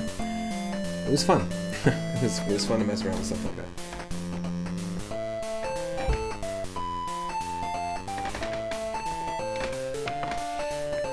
Too many words for me to read. I've seen the movie, I'm good. Oh, I remember this from an AVGN episode. I felt really bad for AVGN watching the most recent one. I feel like he's just like playing a character that he just doesn't want to be anymore, and he's just run through every single potential option of how he can be like, oh, damn it! Oh, diarrhea, buffalo shits! You know, it's like, after a while, like, there's only... That compendium is only so big. And I feel like the character is just like beating a dead horse at this point. But he just like has to do it. I feel like there's that kind of vibe. All the other content that James Rolfe works on is cool. You can see that he's enjoying it. But there's just something about the AVGN videos now that are just so sad. And albeit I wasn't a huge fan to begin with, but there were some classic moments and classic episodes. I've seen most of them. But this, yeah, definitely 100% is a game that he's done, for sure. I just recognize the sprite specifically. I think he's been doing alright at dialing back some of the angry stuff. Yeah, I think he had kids and then had to, I guess. Like he wanted to kind of like make it not so intense. But also at the same time, I don't know if he's having fun with the character anymore. That's what it feels like. Like he's having fun with video games. You know, I really appreciate what Masahiro Sakurai is working on right now. Now that he's stopped posting daily screenshots of Super Smash Bros. Sakurai is now a YouTuber, basically, and he has a channel called Masahiro Sakurai on game design. And as a game designer who's been involved in a ton of successful series and developed and worked on a whole bunch of different types of games, I'm really interested in hearing his input and what he has to say. Did AVGN do an episode on Earthbound, or are you talking about Sakurai? Because I'd watch Sakurai's Earthbound episode, that'd be cool. If Reggie will ever release it over here. God, Reggie.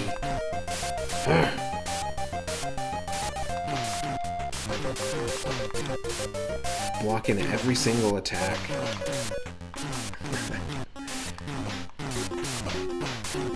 Yeah, that's what I'm saying. I feel like it hasn't aged well, and I feel like he knows it hasn't aged well. But he's like, I'm gonna keep doing it. I feel like he could create a different character for sure. Or just format, maybe he doesn't have to be a character, he could just format a different show, host a show. You have lost a life. Okay. Is Albie back from Total Recall? Is that where the line is from? Or do they just throw that in?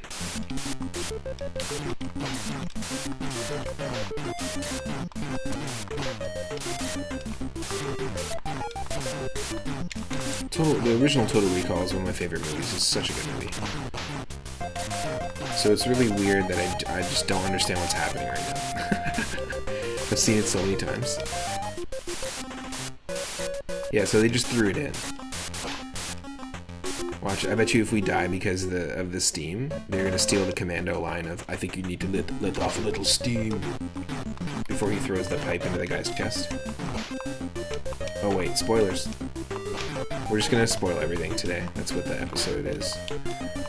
We're spoiling all your favorite movies that you've obviously already seen, but if you haven't, too bad.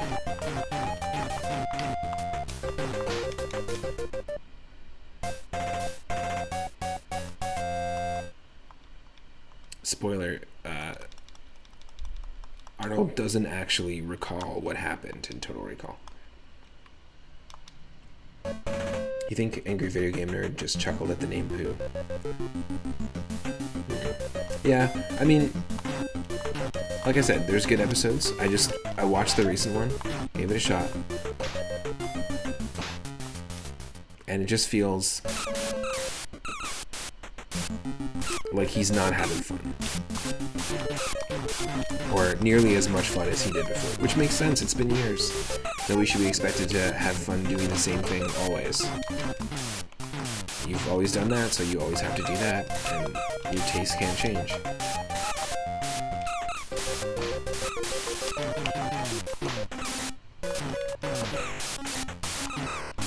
I really liked the first, I think there's two of them now, AVGN video games though. There might be two of them.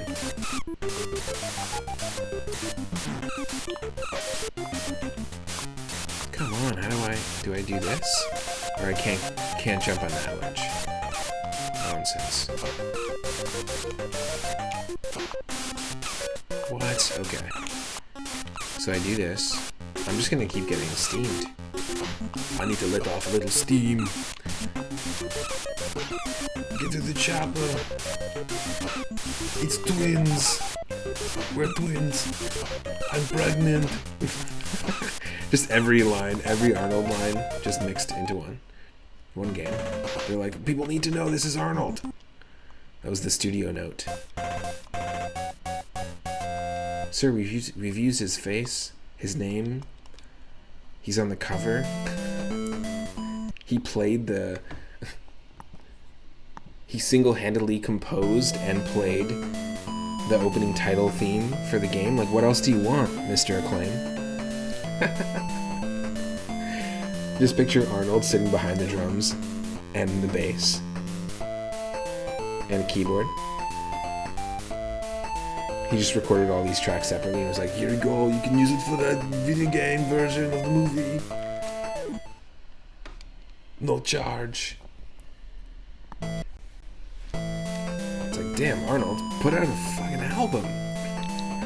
Put out an album, please. People need to hear this.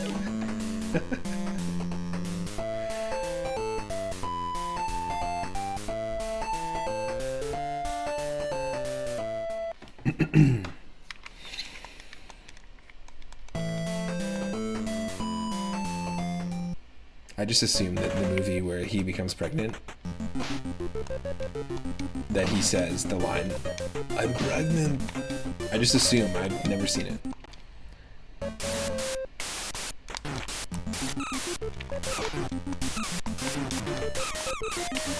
So we could have had Mickey Mouse, but we had this instead. I feel like it controls like an Atari game, if that makes sense. It's really janky.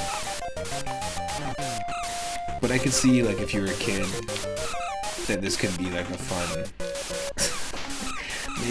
maybe like a fun challenge to try and, like, progress in these levels. I don't know.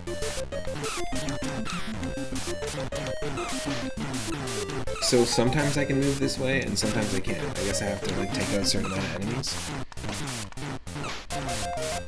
Not quite sure I understand the mechanics.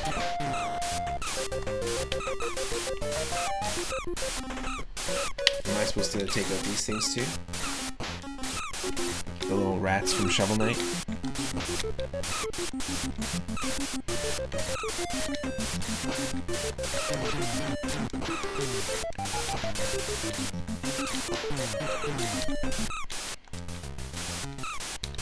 Oh, no.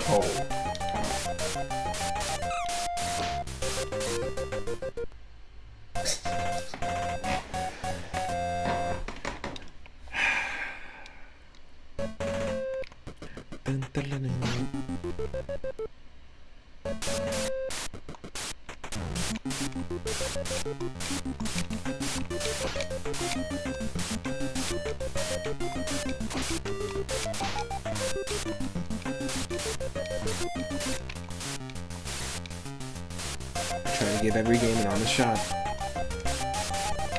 with the retro roulette. Oh boy.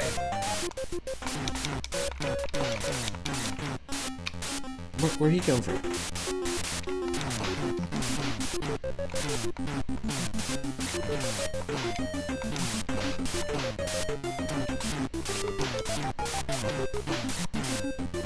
This movie has such a cool story too, and it's like, just throw them in the city, throw them in an alleyway with some trash cans, picking up batteries, punching guys that are half his height. Wait, are you sure that didn't happen in the movie, sir? Mr. Acclaim.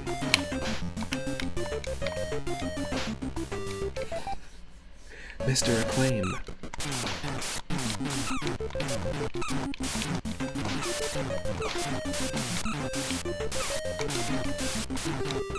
Make sure there's rats and pipes with steam.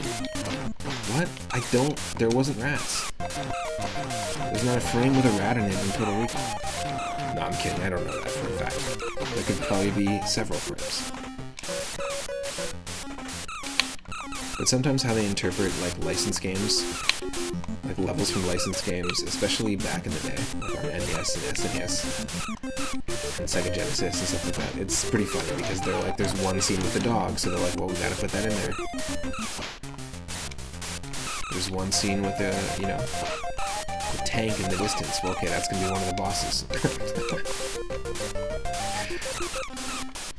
If you could make a NES-style license game for any movie today, what would you like to see turn into a license game?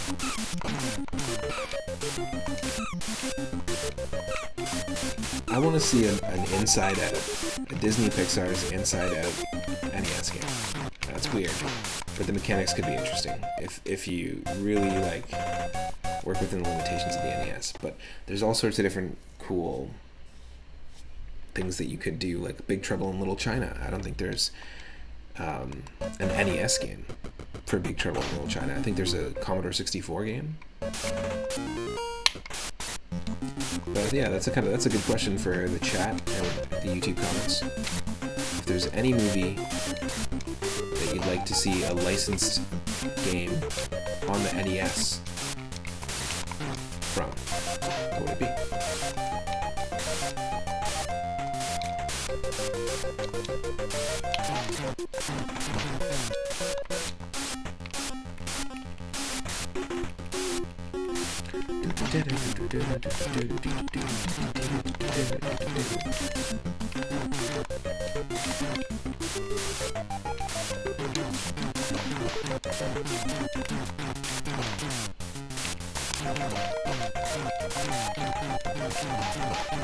Just a bunch of butt kicking.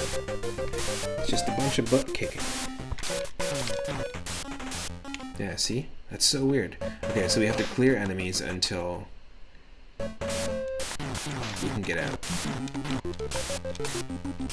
Yeah.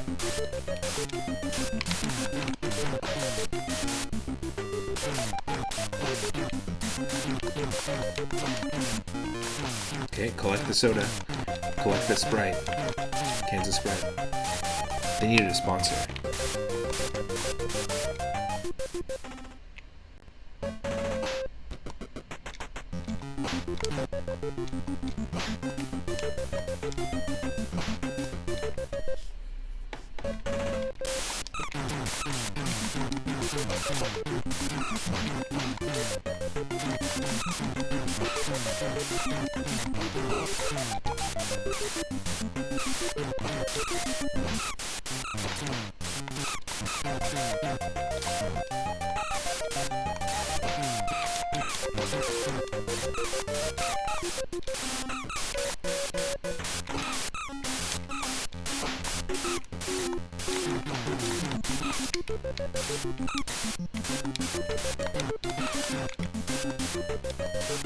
Oh, nice.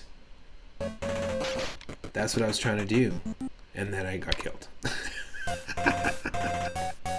Oh no, they even say your game has been terminated. Don't do that. It's not the same film. It's not the same film. Oh man. Okay. I'm gonna do a manual spin. We're spinning it. It's happening. We're spinning the wheel. We've got over 650 games to pick from.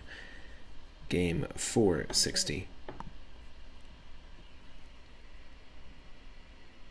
Which is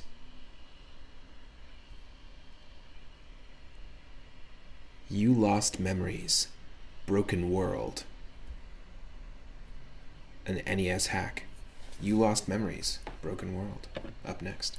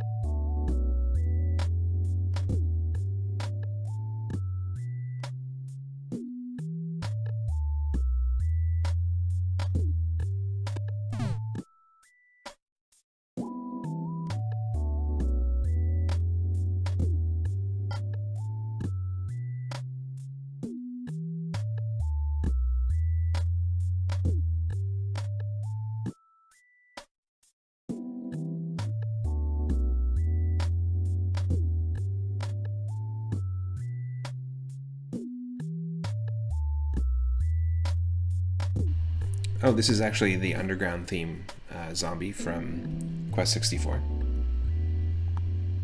No. You said this sounds like trip hop. This is actually music from Mario Artist, which is the sequel to Mario Paint, and came out in Japan only on the N64 disk drive, which was something that never saw the light of day really outside of Japan. There's only a few releases for it. But the music from Mario Artist was fantastic. And it is the same composers. I don't know if you can tell it's actually referencing a piece of music from Mario Paint. It's actually sampling a piece.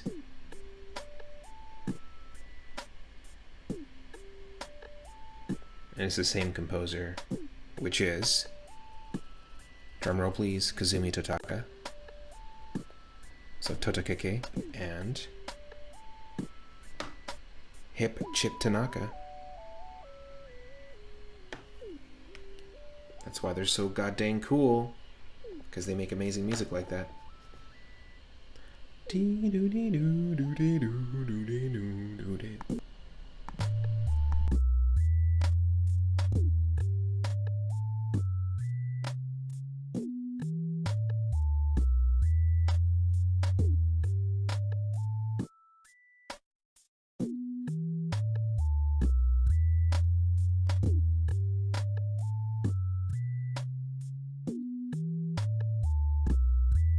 Alright, are you ready for what this next game is, everybody? Are you really ready for You Lost Memories? Broken World. It's a hack of an NES game.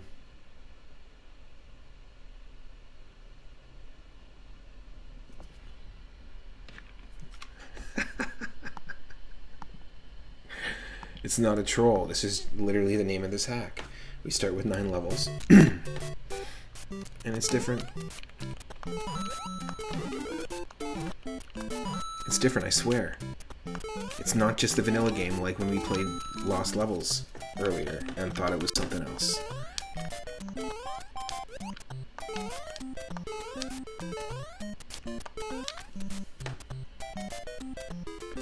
I was born ready.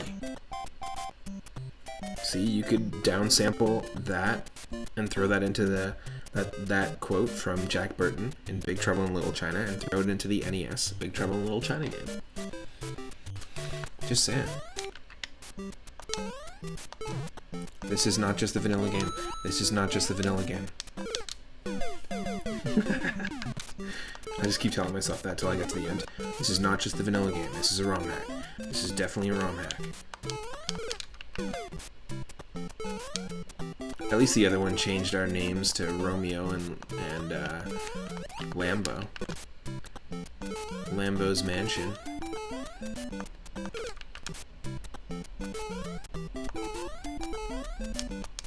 Oh, come on.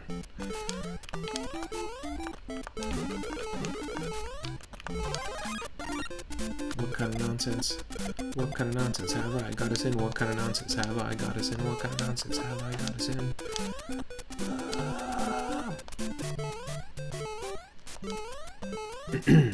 Definitely this is different. This is different than the vanilla game, I swear.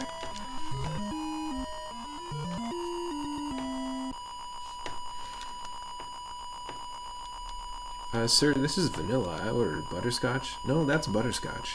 Are you sure? Are you sure this isn't just vanilla? No, I'm pretty sure that's butterscotch. I've been working here 40 years. That's butterscotch. I don't know. Pretty sure this is just vanilla.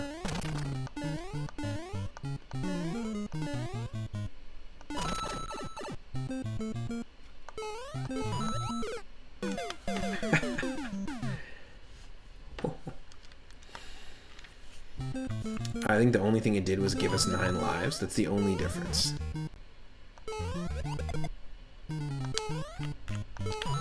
It says Broken World, so I'm just curious to see what happens when we get past World 1-4. Because if it says Broken World, maybe there's something to do with when we go from world to world. Maybe it's a troll hack, and it just starts you back at World 1-1 when you beat World 1-4, and it's a broken world.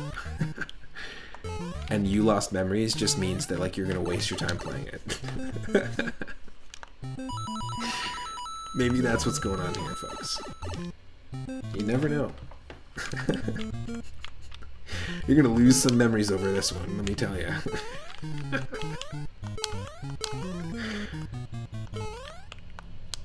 Oh, folks, that's not right. That ain't right. That's the first thing we've seen that's different. Not supposed to be a flagpole down here.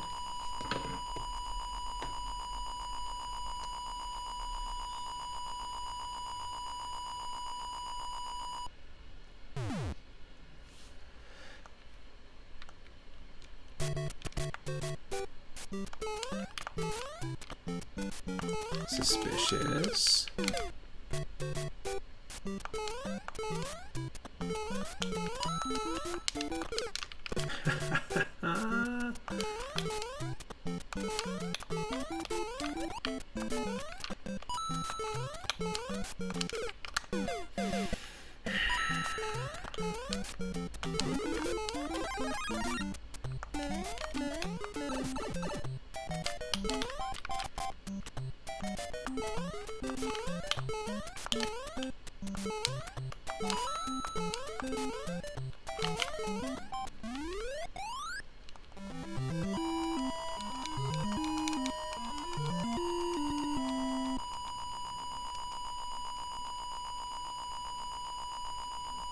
I hope someone like just sees the title of my stream just for the brief time we're playing this and thinks it's like some sort of like unreleased early RPG like Dragon Warrior, You Lost Memories, Broken World. I was like, I love JRPGs.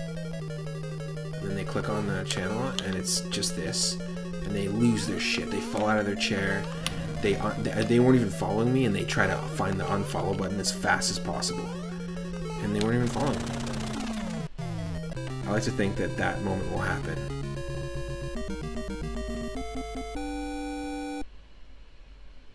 And they'll have came and went as like quicker than Twitch can even recognize to be able to tell me that person joined the stream. We won't even know that happened.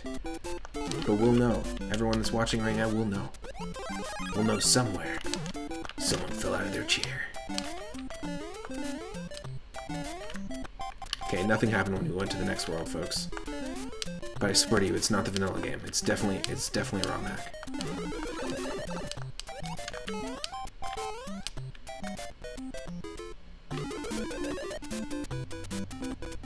Scooby-Dubby, Scooby-Dubby-Dub, Scooby-Dub-Dub, Scooby-Dubs, Scooby-Dub-Dub, Scooby-Dubs, Scooby-Dub-Dub, Scooby-Dub-Scooby-Dubs. Scooby-Dubby, Scooby-Dubby-Dubs, Scooby-Dubs, Scooby-Dub-Dubs.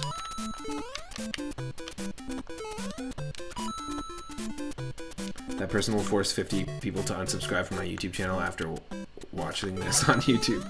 Good. And I hope that when you hear me say good, you fall out of your chair a second time. And into a more comfortable chaise lounge. That's right, we're gonna totally redecorate your place. New desk, new curtains. Totally new floor. This place needs a refresh.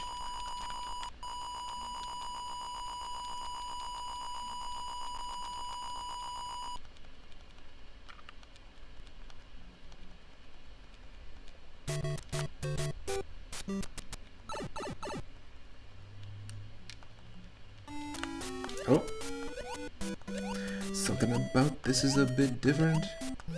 Something about this is a little strange. Something about this is not what we're used to. Huh? But it's okay. Strange is cool. Different is fine. It's cool. Just don't die. Don't die.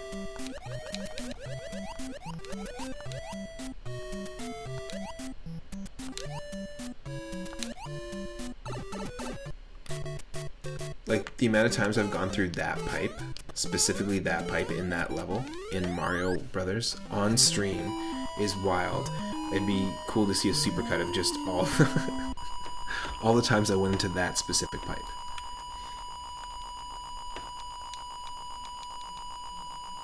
Because there's got to be at least like 100 minimum.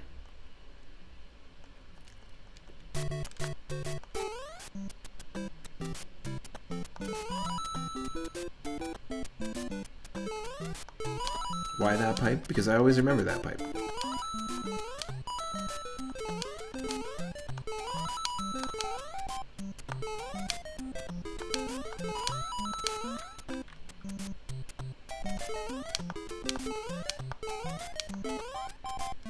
Bloop.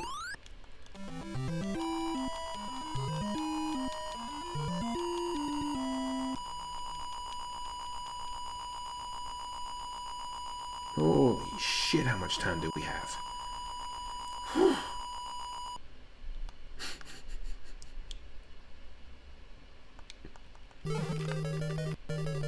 Gives us 900 seconds.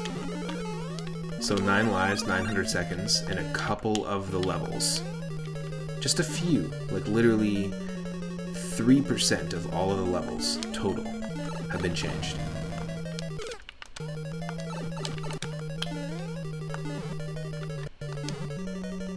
You lost memories, broken world.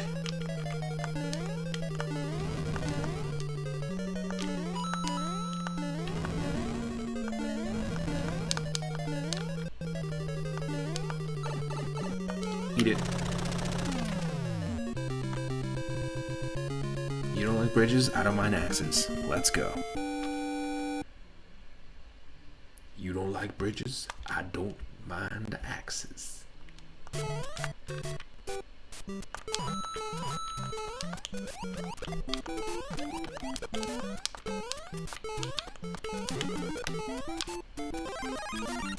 Having this room, jumping up and going over here, past the 2 pipes, then jumping over the gap and avoiding the 2 Goombas. Thanks. Now I'm jumping over the pipe and onto the brick, and whoops, I hit the Goomba. Wait, no, that's not a Goomba, that is a Koopa. I'm mistaken. Oh, look, I'm shaking. I just got hit. I'm gonna kick that shell over to the left, then jump over here, and avoid the Goombas and the Koopa. See, I called it right that time. I'm not as shaken as you thought. I'm gonna hop and jump over this pipe. Keep running, because you don't want to mess with the Hammer Brothers. Nope. And you jump on the spring and up over here and avoid the Goombas all over again. It's 2 Koopas. Yep, I called it again, right? My eyes aren't quite destroyed yet. I'm trying to rap, but at the same time I'm also realizing that I can't rhyme, and also that my mind is splitting in 2 as I play, and I try to come up with words on the top of my head, and I sound like the lamest person because I just keep defaulting to the same rhythm that most people who can't rap default to.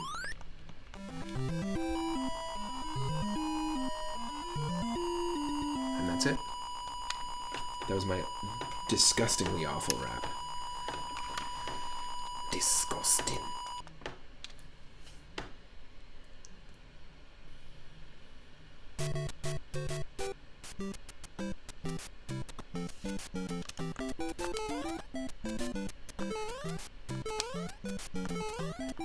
This is just a vanilla game. There's nothing going on here that's different.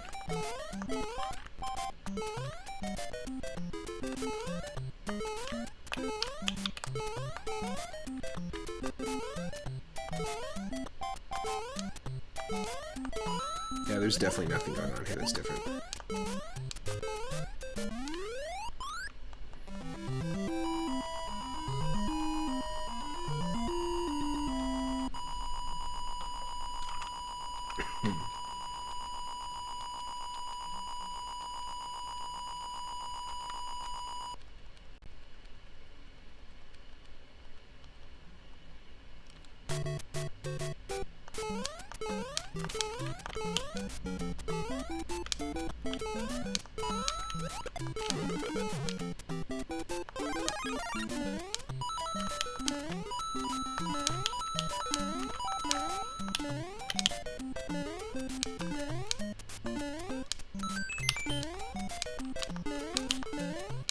A legitimate old school one-up. Didn't expect that.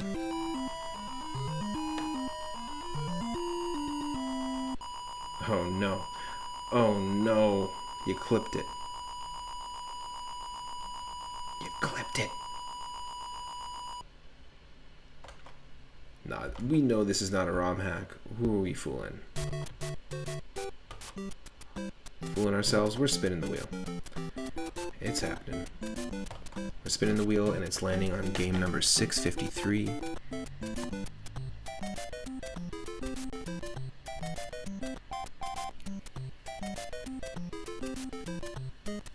And 653 is Echo, the Tides of Time. That's right, folks. We're playing a Genesis Echo the Dolphin game. Up next.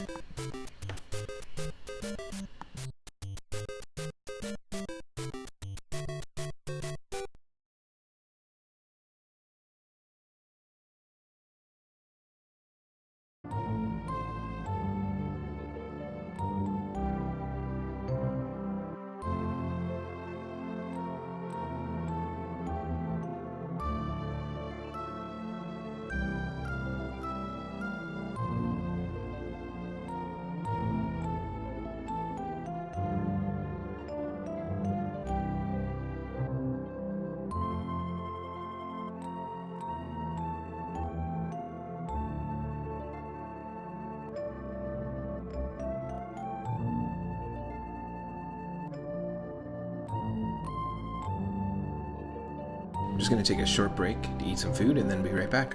So stick around.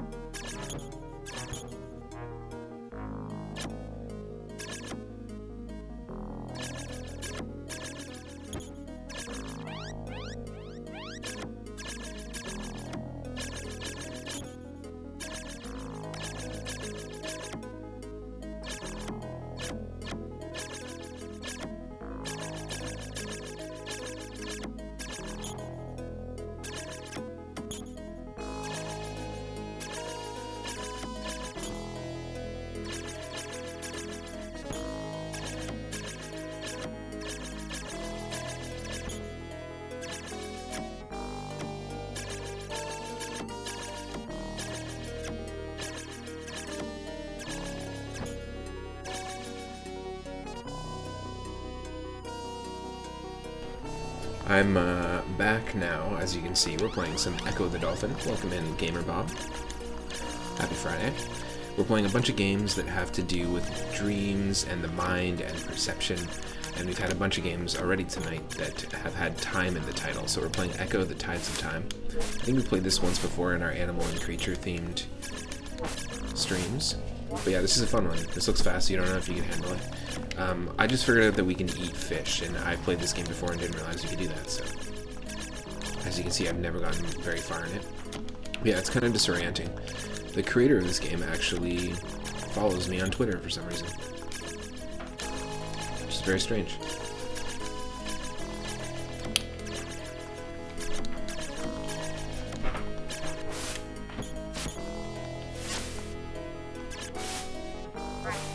Whoa! So I didn't really play this one growing up, but yeah, it's a visually interesting game for sure. We can read the minds of other dolphins, as you saw the messages. There's a really cool Echo the Dolphin text generator where you can type any message and have it display like this. You can Google it. But yeah, it's got some pretty cool font typography.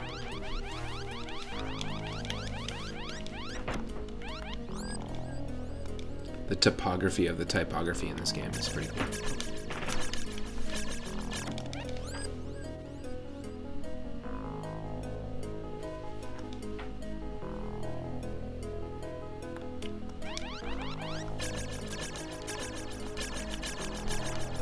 It is definitely disorienting for sure.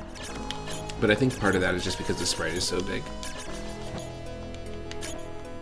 We don't have to move this fast either. We can choose to move like this.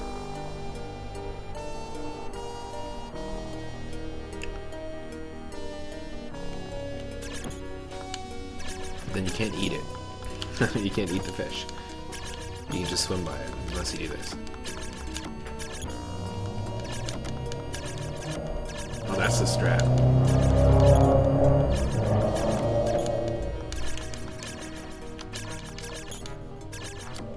Maybe not. I don't know what I'm doing.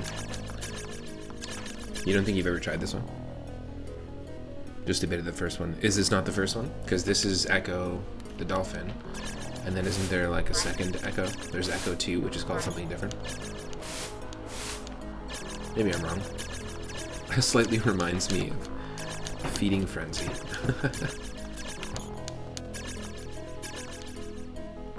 I mean, right now that's what's going on.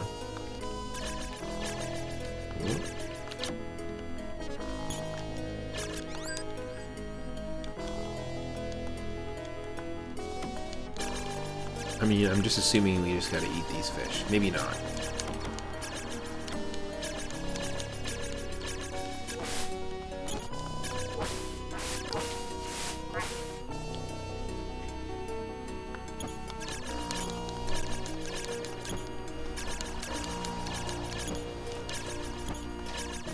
Whoa, what the? Excuse me. The sea is filled with teleport rings made only for you by the Atlanteans.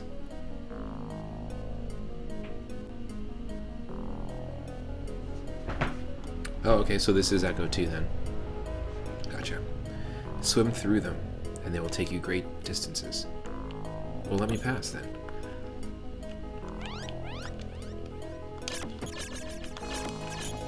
So there's going to be a teleport ring here.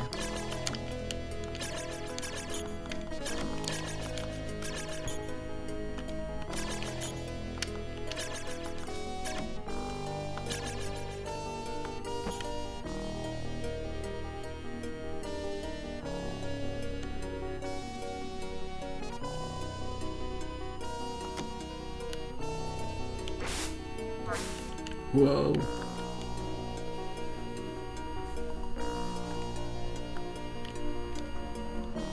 Here we go.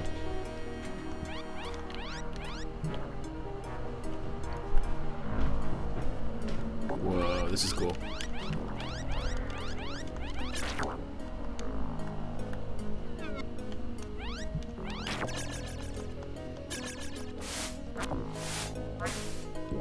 Whoa.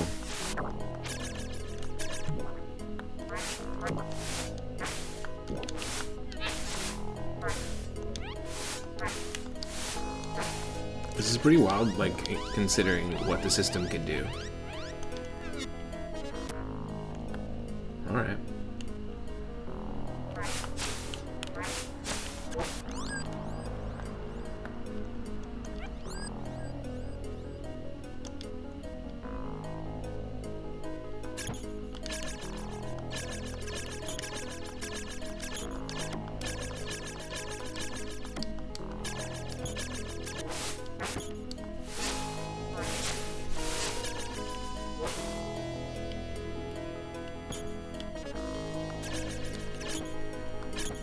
I want a mod where someone changes Echo the Dolphin to be a Wario sprite, and Wario's just swimming.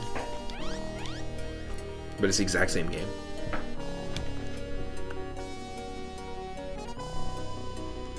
Come on, get on it, modders.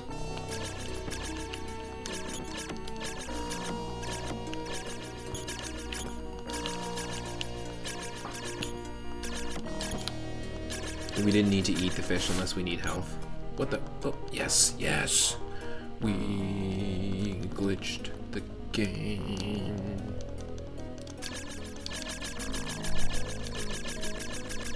This is incredible.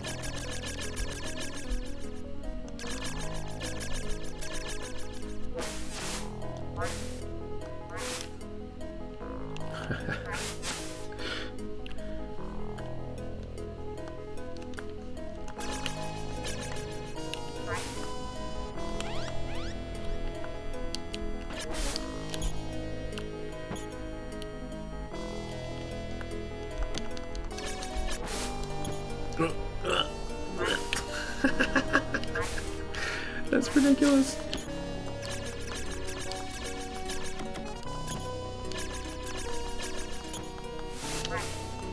You just need the, like, distance. Charge a couple times.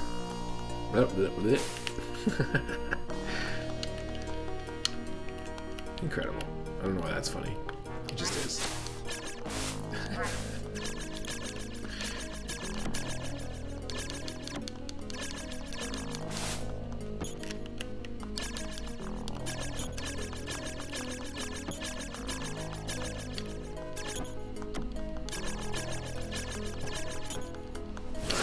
Almost got it.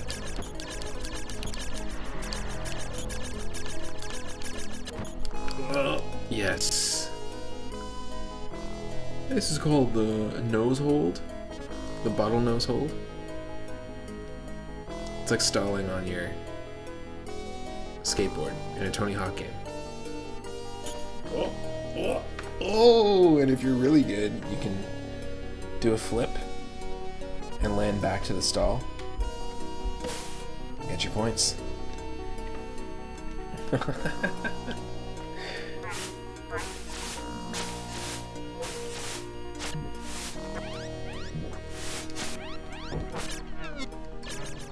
That's pretty funny. I think what I'm going to do, though, is probably call this stream for now. We're going to continue with the dreams and mind and perception themed games in the next episode of this Retro Roulette, which will be part 8. As always, I stream from about 5 or 6 p.m. Pacific onward. Had a long work day today, and it is not my weekend, so I'm going to probably call it earlier tonight, but we're going to raid somebody, so stick around. Thank you again to all the people who've been hanging out, to Blade Quarter 35 for the recent raid, and Nick Stellar for the recent follow. If you're watching on YouTube, like I said, this is part 7, and you can check out part 8 or any of the previous parts of the dream and perception and mind-themed series. And I also do a whole bunch of other games. We just started Pokemon Mystery Dungeon. Tomorrow we'll be streaming around 5 p.m. as well. So we just started Pokemon Mystery Dungeon on GBA, and we might do some of that. We might do some more Retro Roulette stuff. Who knows? Who knows?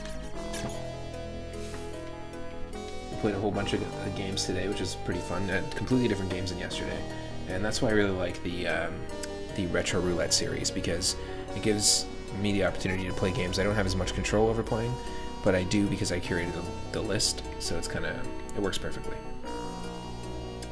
I think we're gonna raid Squidville Live. We don't get a chance to raid them a lot. They're doing some Persona.